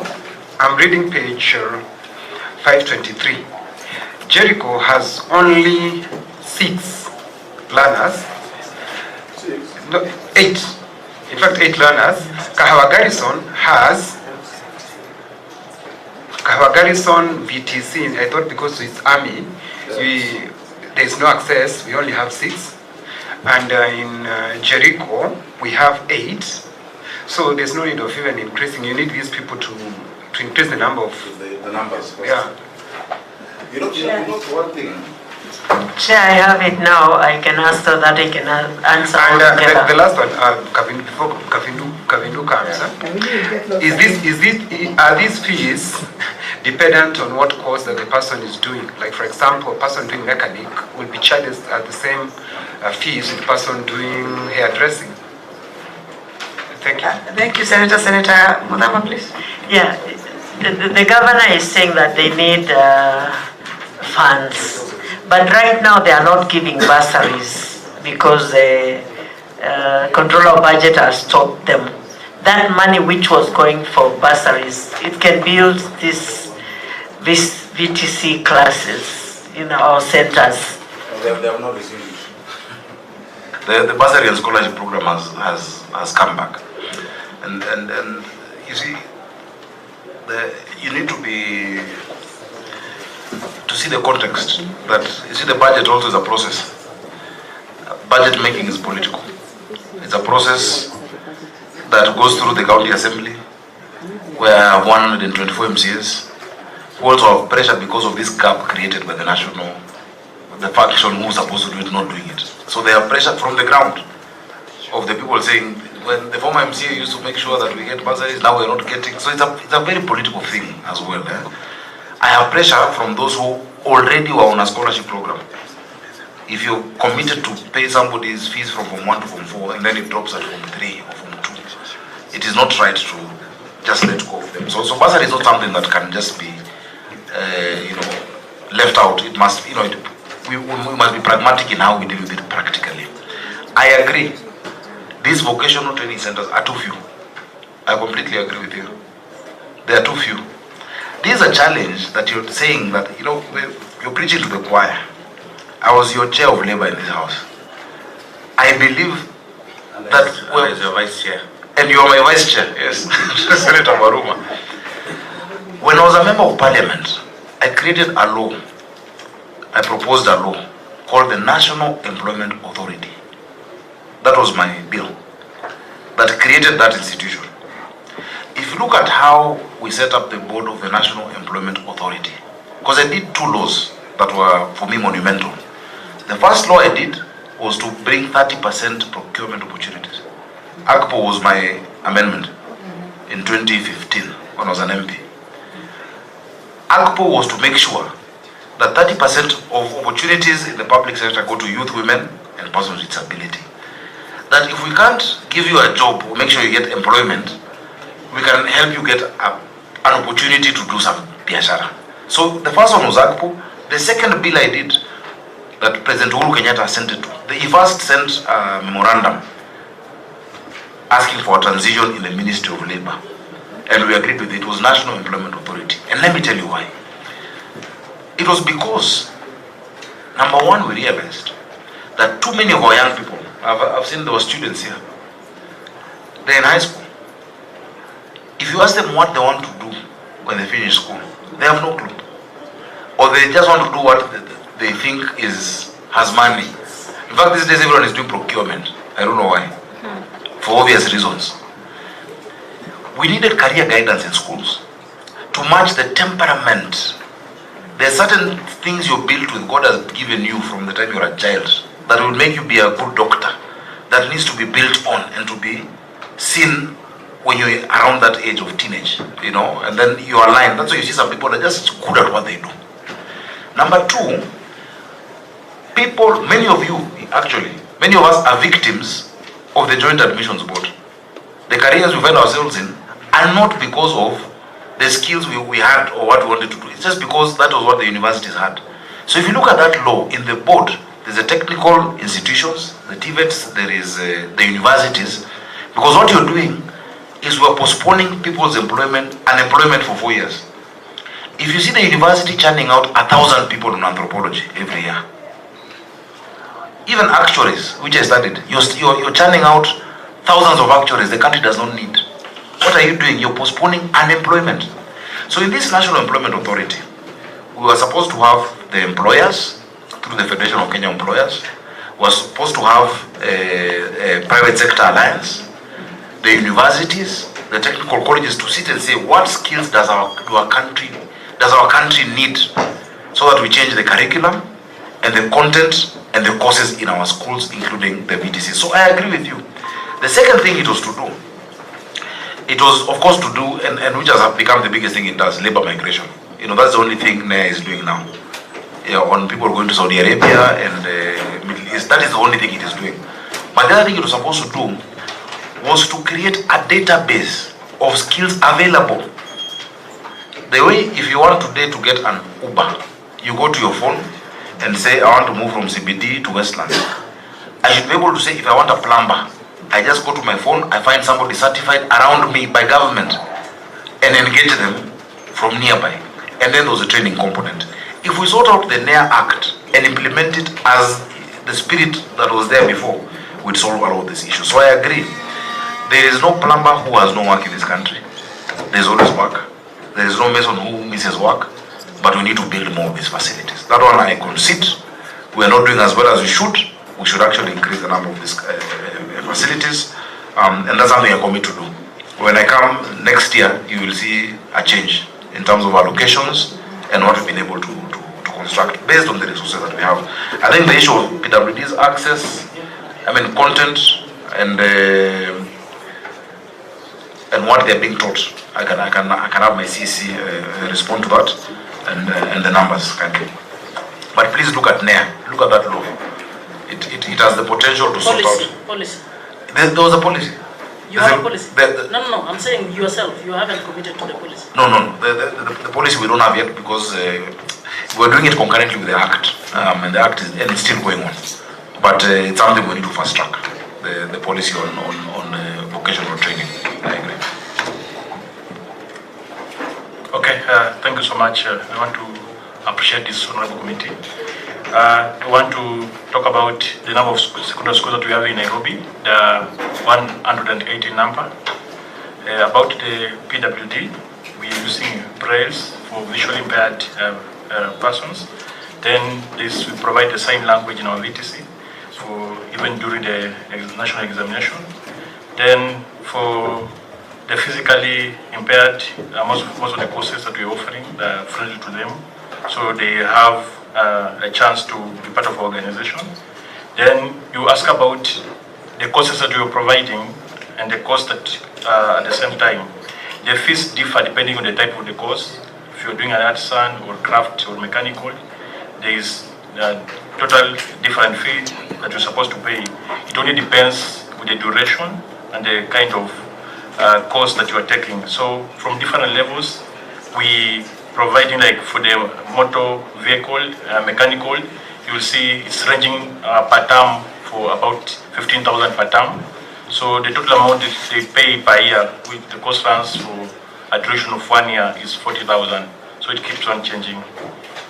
That one I submit, Madam Chair. So do you have, maybe just as an addition, do you have a specific VTC which is training the PWDs, so that if you wanted to visit today, you can go and see the disabled undergoing training?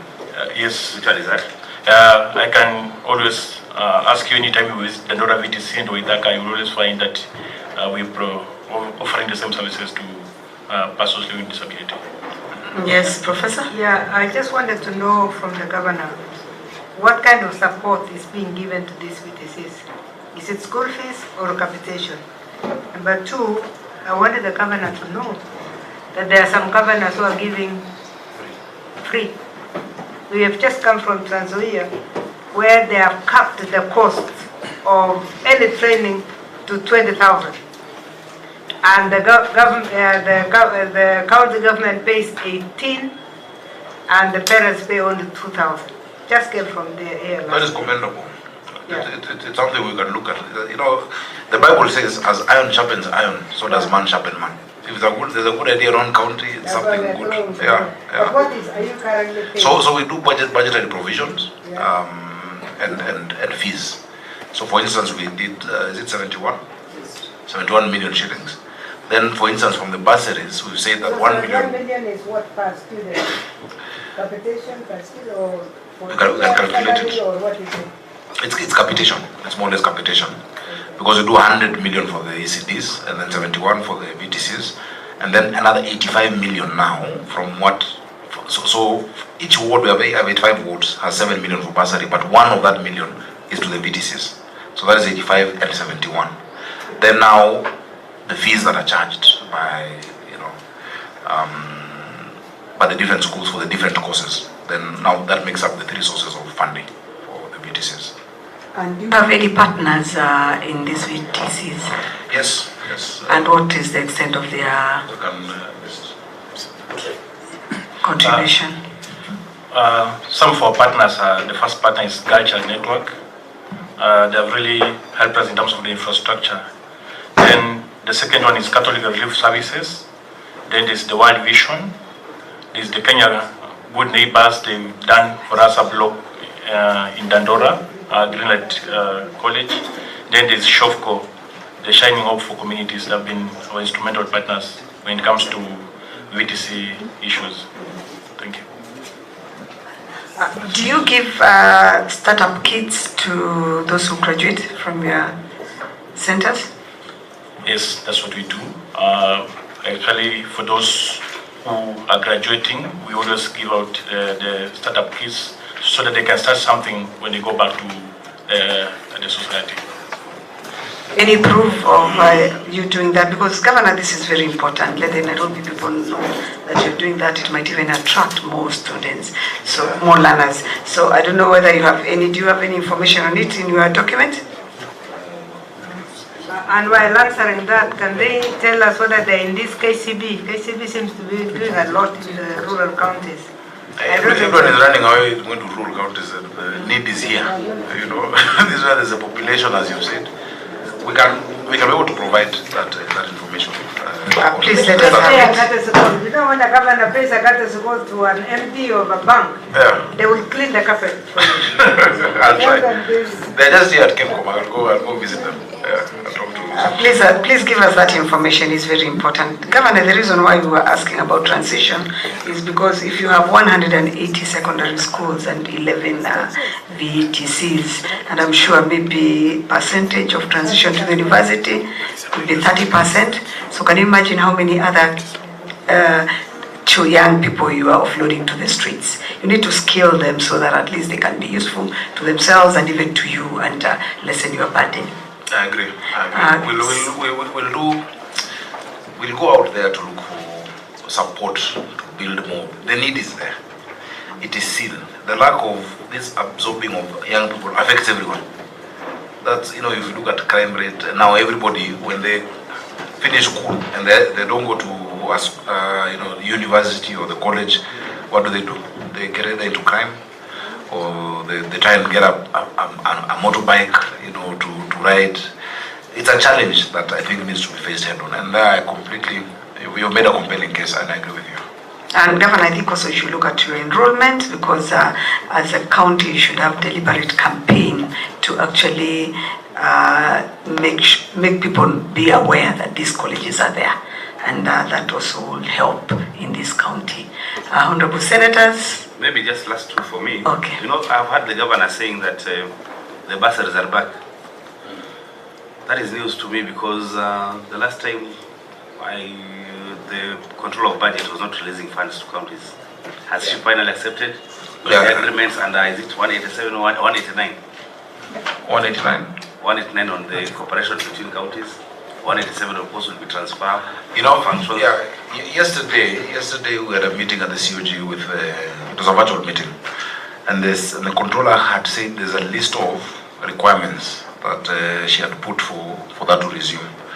And as I've explained, for me, my biggest challenge is those who are already on scholarship. So those requirements, once they're met, counties can be able to issue bursaries and scholarships. She's looking at it as almost a transfer, the intergovernmental agreement. So it's almost a transfer of, or a sharing. Because if you transfer it, it means then the money must come. Yes, from the national. 187 says that first of all, the constitutional responsibility remains with the level of government that is originally mandated to perform that function, and the funding must then also follow it. And so it's a very convoluted argument. That's why I was saying what we're doing is just being pragmatic because of the pressure from the people to continue serving them in that manner, especially those who have been cut off midstream. But that is what she asked for. So what is left is a notification to the county assembly and the national assembly. We've done our county assembly notification. We've gazetted that intergovernmental agreement for counties: Makwiny, Nairobi, Uranga, and I don't know why I keep forgetting the fourth one. Chair, I think we need an urgent consultation with control of budget. I've just informed. Because I'm not aware. I've just informed our researcher that that is urgent, that we need to be informed so that we can be well conversant with their conversation with the COG. But you know, it's really, if you look at it critically, constitutionally, it is not a transfer of functions. If you transfer a function, the function first of all must be stated in the fourth schedule. of the Constitution, there's no function called bursary or scholarship in the 4th schedule. You have not transferred education, because if you transfer the function of education, it means that then that county that signs that intergovernmental agreement must also pay the teachers, must provide all the services of that function called education. So it's a very convoluted and warped, I find it to be warped logic. No, Governor, what you're trying to do is pay the bill for the national government. To pay the bill for the national government... Partially, because the bill is bigger. No, you're trying to pay it their bill nonetheless. You see... So when you take over the function of the other level, the resources as planned by the under the Constitution is that the resources, remember the resource follow function mantra, the resources that were the equitable share for Nairobi County is budgeted for do not include resources for secondary education, do not include resources for university.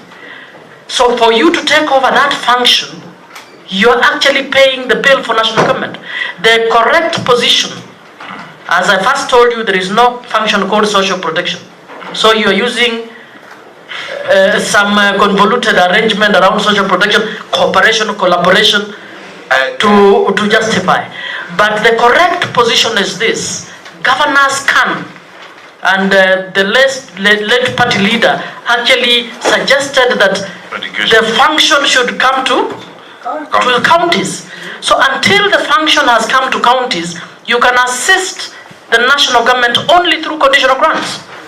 They allow you to give those bursaries, but they must give you the money. You know, I agree with you 100% philosophically and in principle. But practically, what you are trying to do, you are helping them kill devolution. But let's help the governor to tell us what the first 2 governors told us. They said this thing is pressure from the ground. No. It has nothing to do with the functions of Schedule 4. At that time, I think this social whatever had not been developed. But when the first 2 governors came here, they said, we must tell you that we are the ones suffering on the ground because the public is on the ground and the national government is miles away. So we agreed that, but we said, when you go for your summit, please discuss this function so that it is formally devolved and then the money follows the function. That is all we have been saying. You know, we can see we are insisting on why Nairobi can sit with 11 VTCs. It is so painful because it means Nairobi is filling the streets with kids that are not literate, kids that are semi-skilled, and now we are at risk because Nairobi is doing a lot of buildings and we have a lot of fake masons there also. Because when they come in, a contractor will say, where's Shiga, Shiga, Mawa, Shiga, instead of skilling them. You know, in principle, I agree. But practically, and I think what the Prime Minister was saying, which is true. You see, what is devolution? Devolution is based on the principle of subsidiarity. The principle of subsidiarity is so simple. It's just that a function is best offered at the lowest level compatible with the benefit of that function. We are better placed as counties to run with that education. We are better placed to understand the needs of where we are. So actually what we need to have is a full transfer. But this one, what we have is a mongrel. You know, it is half German Shepherd, half Bosco. You know. Thank you. Yes, Senator Mudama. Yeah. Governor, even as you are these VTCs in Nairobi, and you've invited us to come, which we also to visit. We visited some of the counties and we found that they didn't have any equipment in these VTCs. So, as you rebuild more, equip the ones which are there. If it's mechanic, make sure that there is a vehicle there they are dealing with. If it's electrical, make sure that they have all the electrical equipments, and even machinery, make sure that they have all the equipments that they need there to do their work and to learn efficiently. Thank you. And I want to assume those are your closing remarks. But have we started closing remarks, because there's one question here on number 17. Okay, That the county is now shifting from Nita to Anek to Tibet Sidak. We are not there already. What are the challenges? When do we see ourselves having Tibet Sidak examination? I'll ask my director to respond to that.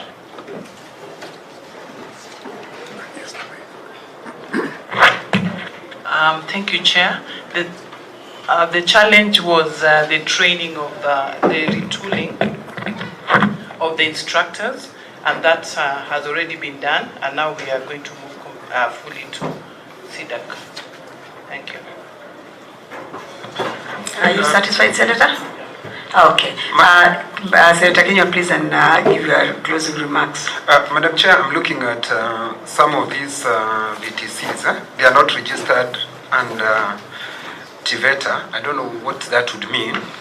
But Madam Chair, everybody here is talking about increasing without looking at numbers of enrollment. It doesn't make sense. You're telling the governor to increase the number of VCTs, but when I do average of the 12 that he has, the number of students in every VCT is 90. So why are we talking about increasing the numbers instead of us talking of enrollment? Because if you look somewhere, a place like Kiwanja, we have only 24 students. I'm reading page 523. If you look at, but that one, the numbers again are confirmed.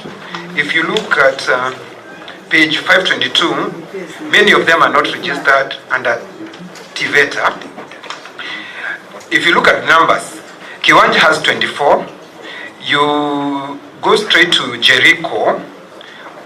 So Kahawa Garrison has 6. Jericho has 18. You go to Old Mathare, and I thought Mathare, you have many people. The one that you, Vice Chair, you're saying they will be criminals. You only have 20. 20. You have 20. You go to Moja, VCT. That has to be withdrawn. Let's not characterize people from any part. Okay, sorry. I withdraw and apologize. I'm sorry. I didn't want to say that.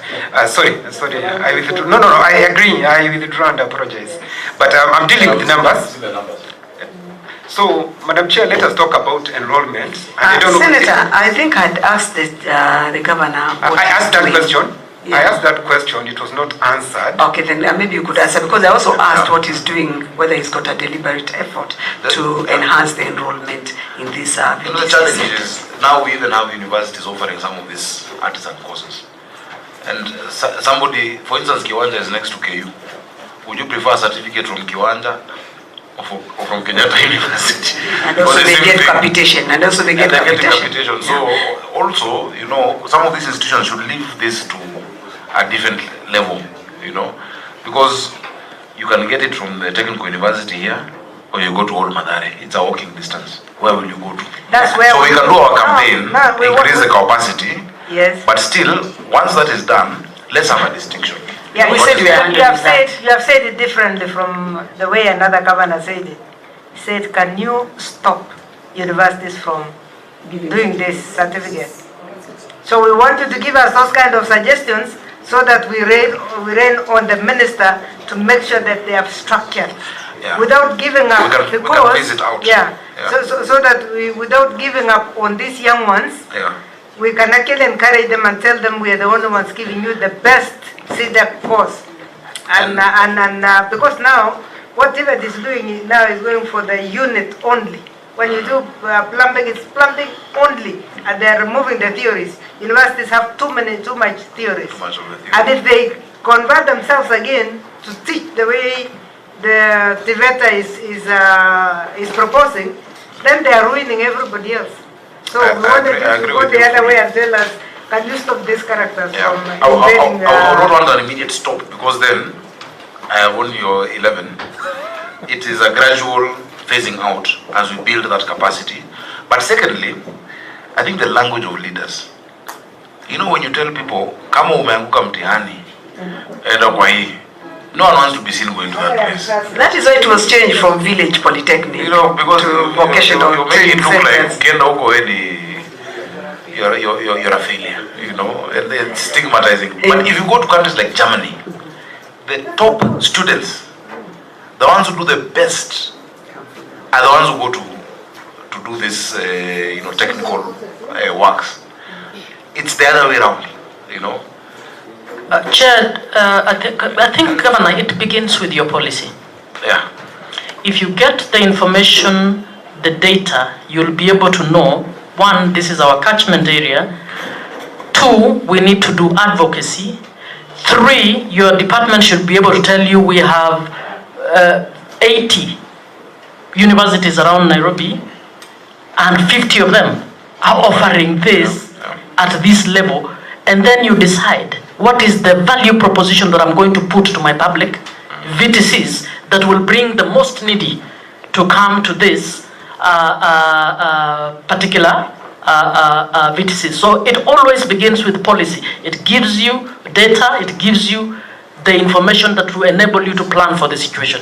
But I think also, Governor, you could be much better off if you had many learners and be dealing with the issue of stigma, like a county like Makwiny. Makwiny, actually, stigma of these kids being in vocational training centers, wearing uniforms and all that is an issue. But the enrollment is very high. And you see, it's because you don't have universities there. You don't have other colleges in Makwiny or in Trans Nzoia. You know, I have a village home in Trans Nzoia. There's no alternative. But in this city, every 2 steps is a college and a university on top of a bar, even here, even next door here is a university. That is agreeable. Yeah, there are 3 around here. It's agreeable. That's understandable. That's agreeable, Governor. So, Honorable Senators, I think Kenya, you did your closing remarks. Please, if you've not. I have to say that I'm impressed by the presentation of Governor of Nairobi, and I want to commend him on the feeding program. It is the best thing that you are doing to the students of Nairobi, and congratulations. Thank you, Madam Chair. Thank you. Senator Madama. I just want to congratulate the governor for the good work that you are doing, and remember that you are from the Senate, so don't let the Senate down. Keep up doing the good work, because you know what you ought to do. Actually, we should, when you come here, you appear before the Senate, you should just be flowing with whatever questions which are there, and congratulations for that, but check on your water issues.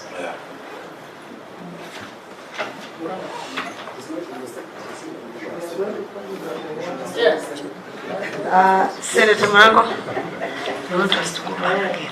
Hata mimi ningetaka kumpa kongole gavana kwa kupambana. Unajua kuwa gavana Nairobi na si kwa mbaya, lakini tukiangalia gavana Nairobi, gavana wa Lamu na kwingine, hapa lazima ufanye kazi na ni ngumu. Na pia unajua Nairobi pia watu ni vichwa ngumu, sio kama kwingine. Kwa hivyo kupambana unapambana. Yenye ningekuuliza gavana ni kwamba kwa sababu wewe ulisomea chekechea hii, nimekwambia ya Lang'ata. Sijui kama nitarudi huko tena kwa sababu nilikuwa naona yuko hapa na ashatoka, lakini wewe uko na nafasi ya kwenda pale uangalie venye mambo iko pale, kwa sababu Lang'ata ni jela ya kimataifa na pia watoto wengi wanazaliwa pale, wengi wanapelekwa pale. Uende utathmini na uweze kuangalia ile maneno iko hapo.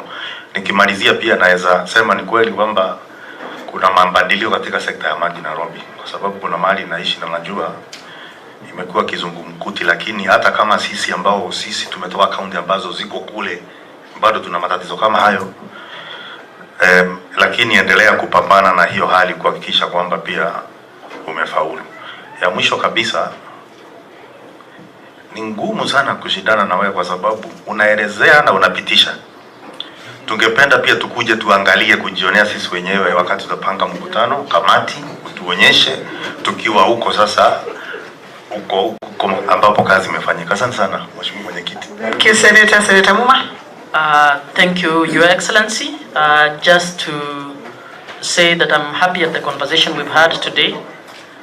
The clarity of mind you have, even as we have pointed out the issues that we think you need to point out. I think your comms team needs to do a better job in terms of communicating what you're doing, in my view. Senator Kavindu says she's proud of you because you are part of the Senate. I need to add, apart from being part of the Senate, maybe your DNA is not bad. So just to thank you, but to ask that as by the time we come, I would request the issues where we found gaps, trigger your teams to immediately begin on that, so that next year at this time, we have a better report to give around Nairobi in terms of the little things that we raised. Thank you, Senators. Vice Chair. Thank you. I think, like the other senators who worked with him have said, at least he has not disappointed. I'm glad he apologized at the beginning, because it's not like Sakaja to skip things. That is not his nature, and I was very surprised. But the kind of information you have at the fingertips tell us that you were not fearing to appear. So I think we are happy with that. Governor, the only last statement I would have said is that you check the numbers. Let's check the figures that are outside, which should be accommodated in ECD, so that we don't leave them out. Whether they're in informal or formal settlement areas, please pay focus on them, because you will leave a wonderful legacy if the informal sector will be your greatest supporters at the end of your term, whether one or two, because those are people that you change once and for all, and let's have them also have their children going as far as university. Also the same thing with the VTCs. Please, let's focus on the numbers who are outside, not those who are inside. How many would have loved to come in? And it looks like it requires a deliberate campaign, even in high schools and secondary schools. Once in a while, as they're having education days, you walk in, or your officers walk in to talk to them about this course. That should not be taken as though village polytechnic is the worst thing. If you can empower them, you will change. And we have seen that where there is that kind of motivational speeches, speaking to these people, they actually change and they go back. As you started, I want to comment on that yes, education is the only equalizer. And if you can give to the low and the high at the same time, it will really be very beneficial. Otherwise, thank you so much for the information. I think we have got a lot of information to digest.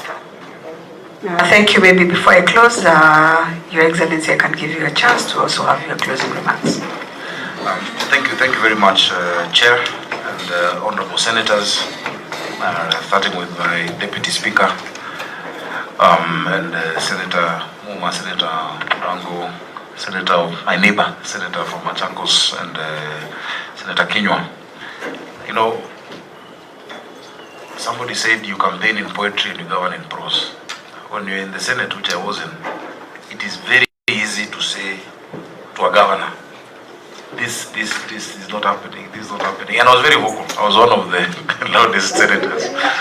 When you get to the driving seat, every morning I wake up, I am a doctor, an engineer, it has rained, I am a teacher, I am a chef, I must cook for the children, there's a pothole, you are, everything in one. And I keep saying that to be a governor is the best testing ground for any job on earth, because you must have the mind of a CEO, the heart of a social worker, you must have the resilience of a politician, thick skin, innocence of a dove, and shrewdness of a snake, all in one person. And so I'm very grateful, because today's meeting has really helped me in areas that maybe I had not looked at as much as I can, because of the immediacy of challenges. I'm looking at the weather and I'm seeing it's going to flood, and immediately, and it will flood on Akura Road and Akena Road, but Sakaja is blamed. That's another thing Senate must look at. If they don't give us the funds, all these roads which you have problems, Jogo Road, Langata Road, this one outside here, they're not under the counties. I think it's time. And I would want to work on, I'll take some time, maybe a few days, to work on a paper that I would want to come with to the Senate, even maybe through COG, on areas that I've seen have gaps in devolution. so that you can support, because those are areas where you will find now casualties in counties, not because of their own doing, but because of the structural challenges or systemic issues that come with devolution. I want to assure you that you will see a marked improvement on these areas. Again, I am sorry that I missed the other meeting. I would never, normally I'm told when I'm called to Senate, first of all, the media are more than usual. I don't know why, but I like them. They're my friends, and there is quorum. And so when people have come from different parts of the country and then you're not there, it was not something of my doing. And I thank you that you accepted that apology, because when they put in my office, they kept that summons on my desk until yesterday. I told them, please, this thing is giving me a bad feeling. Can you take it out of my? I've seen it. You can't keep it just hanging there on my desk. And it's not something that I would want to happen again. So please, we will welcome you to the city. Don't come with one of your colleagues I saw fighting somebody somewhere. That one we will not accept him, because I like how we are very pragmatic. This oversight is to help. It is to grow. It is to support. It is not, it's not a disciplinary process. It's a process to support. When I have my officers here, they can hear the questions that are being asked and where we need to pull up our socks. So that we will do. Thank you for the compliments on the school feeding and all the compliments. We will keep doing it, and we hope that we can cover many more schools. So let's keep it up. Senator Catherine, Senator Auntie, I can't just call her Senator without giving her the respect. One of the words I'm living with is policy. Policy. And as a senator, that is exactly what I would ask a governor. And we have a department that has actually been preparing a lot of draft policies. I need to look at what they have. And I agree, once you have policy, the immediacy and urgency of what happens today and tomorrow can be handled while dealing with medium to long term issues that are of a systemic nature and structural nature. So thank you so much for that advice, and we will consult you. I don't know as a senator if you can do, because you're a very good consultant on some of these things, even in your previous engagement. You can guide us on the right way to go, whether we work with Kipra. Oh, wonderful. Thank you, Governor. Thank you, Senator. You've asked that. I was going to offer that and tell you that you can consult her. Governor, one reason why you say that the press is always full house and there's full house in the room is because we want to remind you we are also residents of Nairobi. So whatever you're doing, that's what we consume, and we are here actually not as much as we are senators, we're also the residents of this great city of Nairobi. I also want to thank you, and maybe just tell you, Governor, let's avoid negative publicity. You are a senator, and I think you can agree how important a conversation that we've had a day like today has been so productive, so informative. We've learned from you, you've learned from us, from what we've seen in other counties, and from that we can help each other build this country. And I think I'm happy that you appreciate how important it is to take care of the young ones especially. In fact, I'm happy that as we keep on saying, formation time starts from 4 years to 7, you're even going further from the beginning, so that is very important. And I think to us it is important that we had this conversation today, and we want to assure you that in very near future we are going to visit quite a number of your facilities so that we can see what you've given us on paper is what is on ground.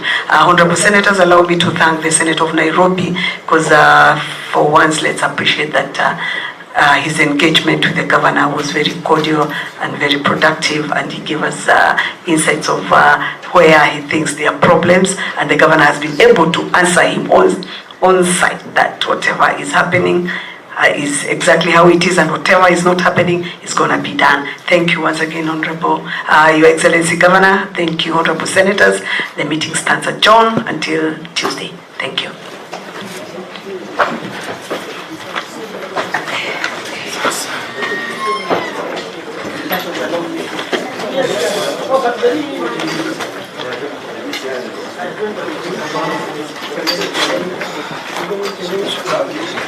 Yes.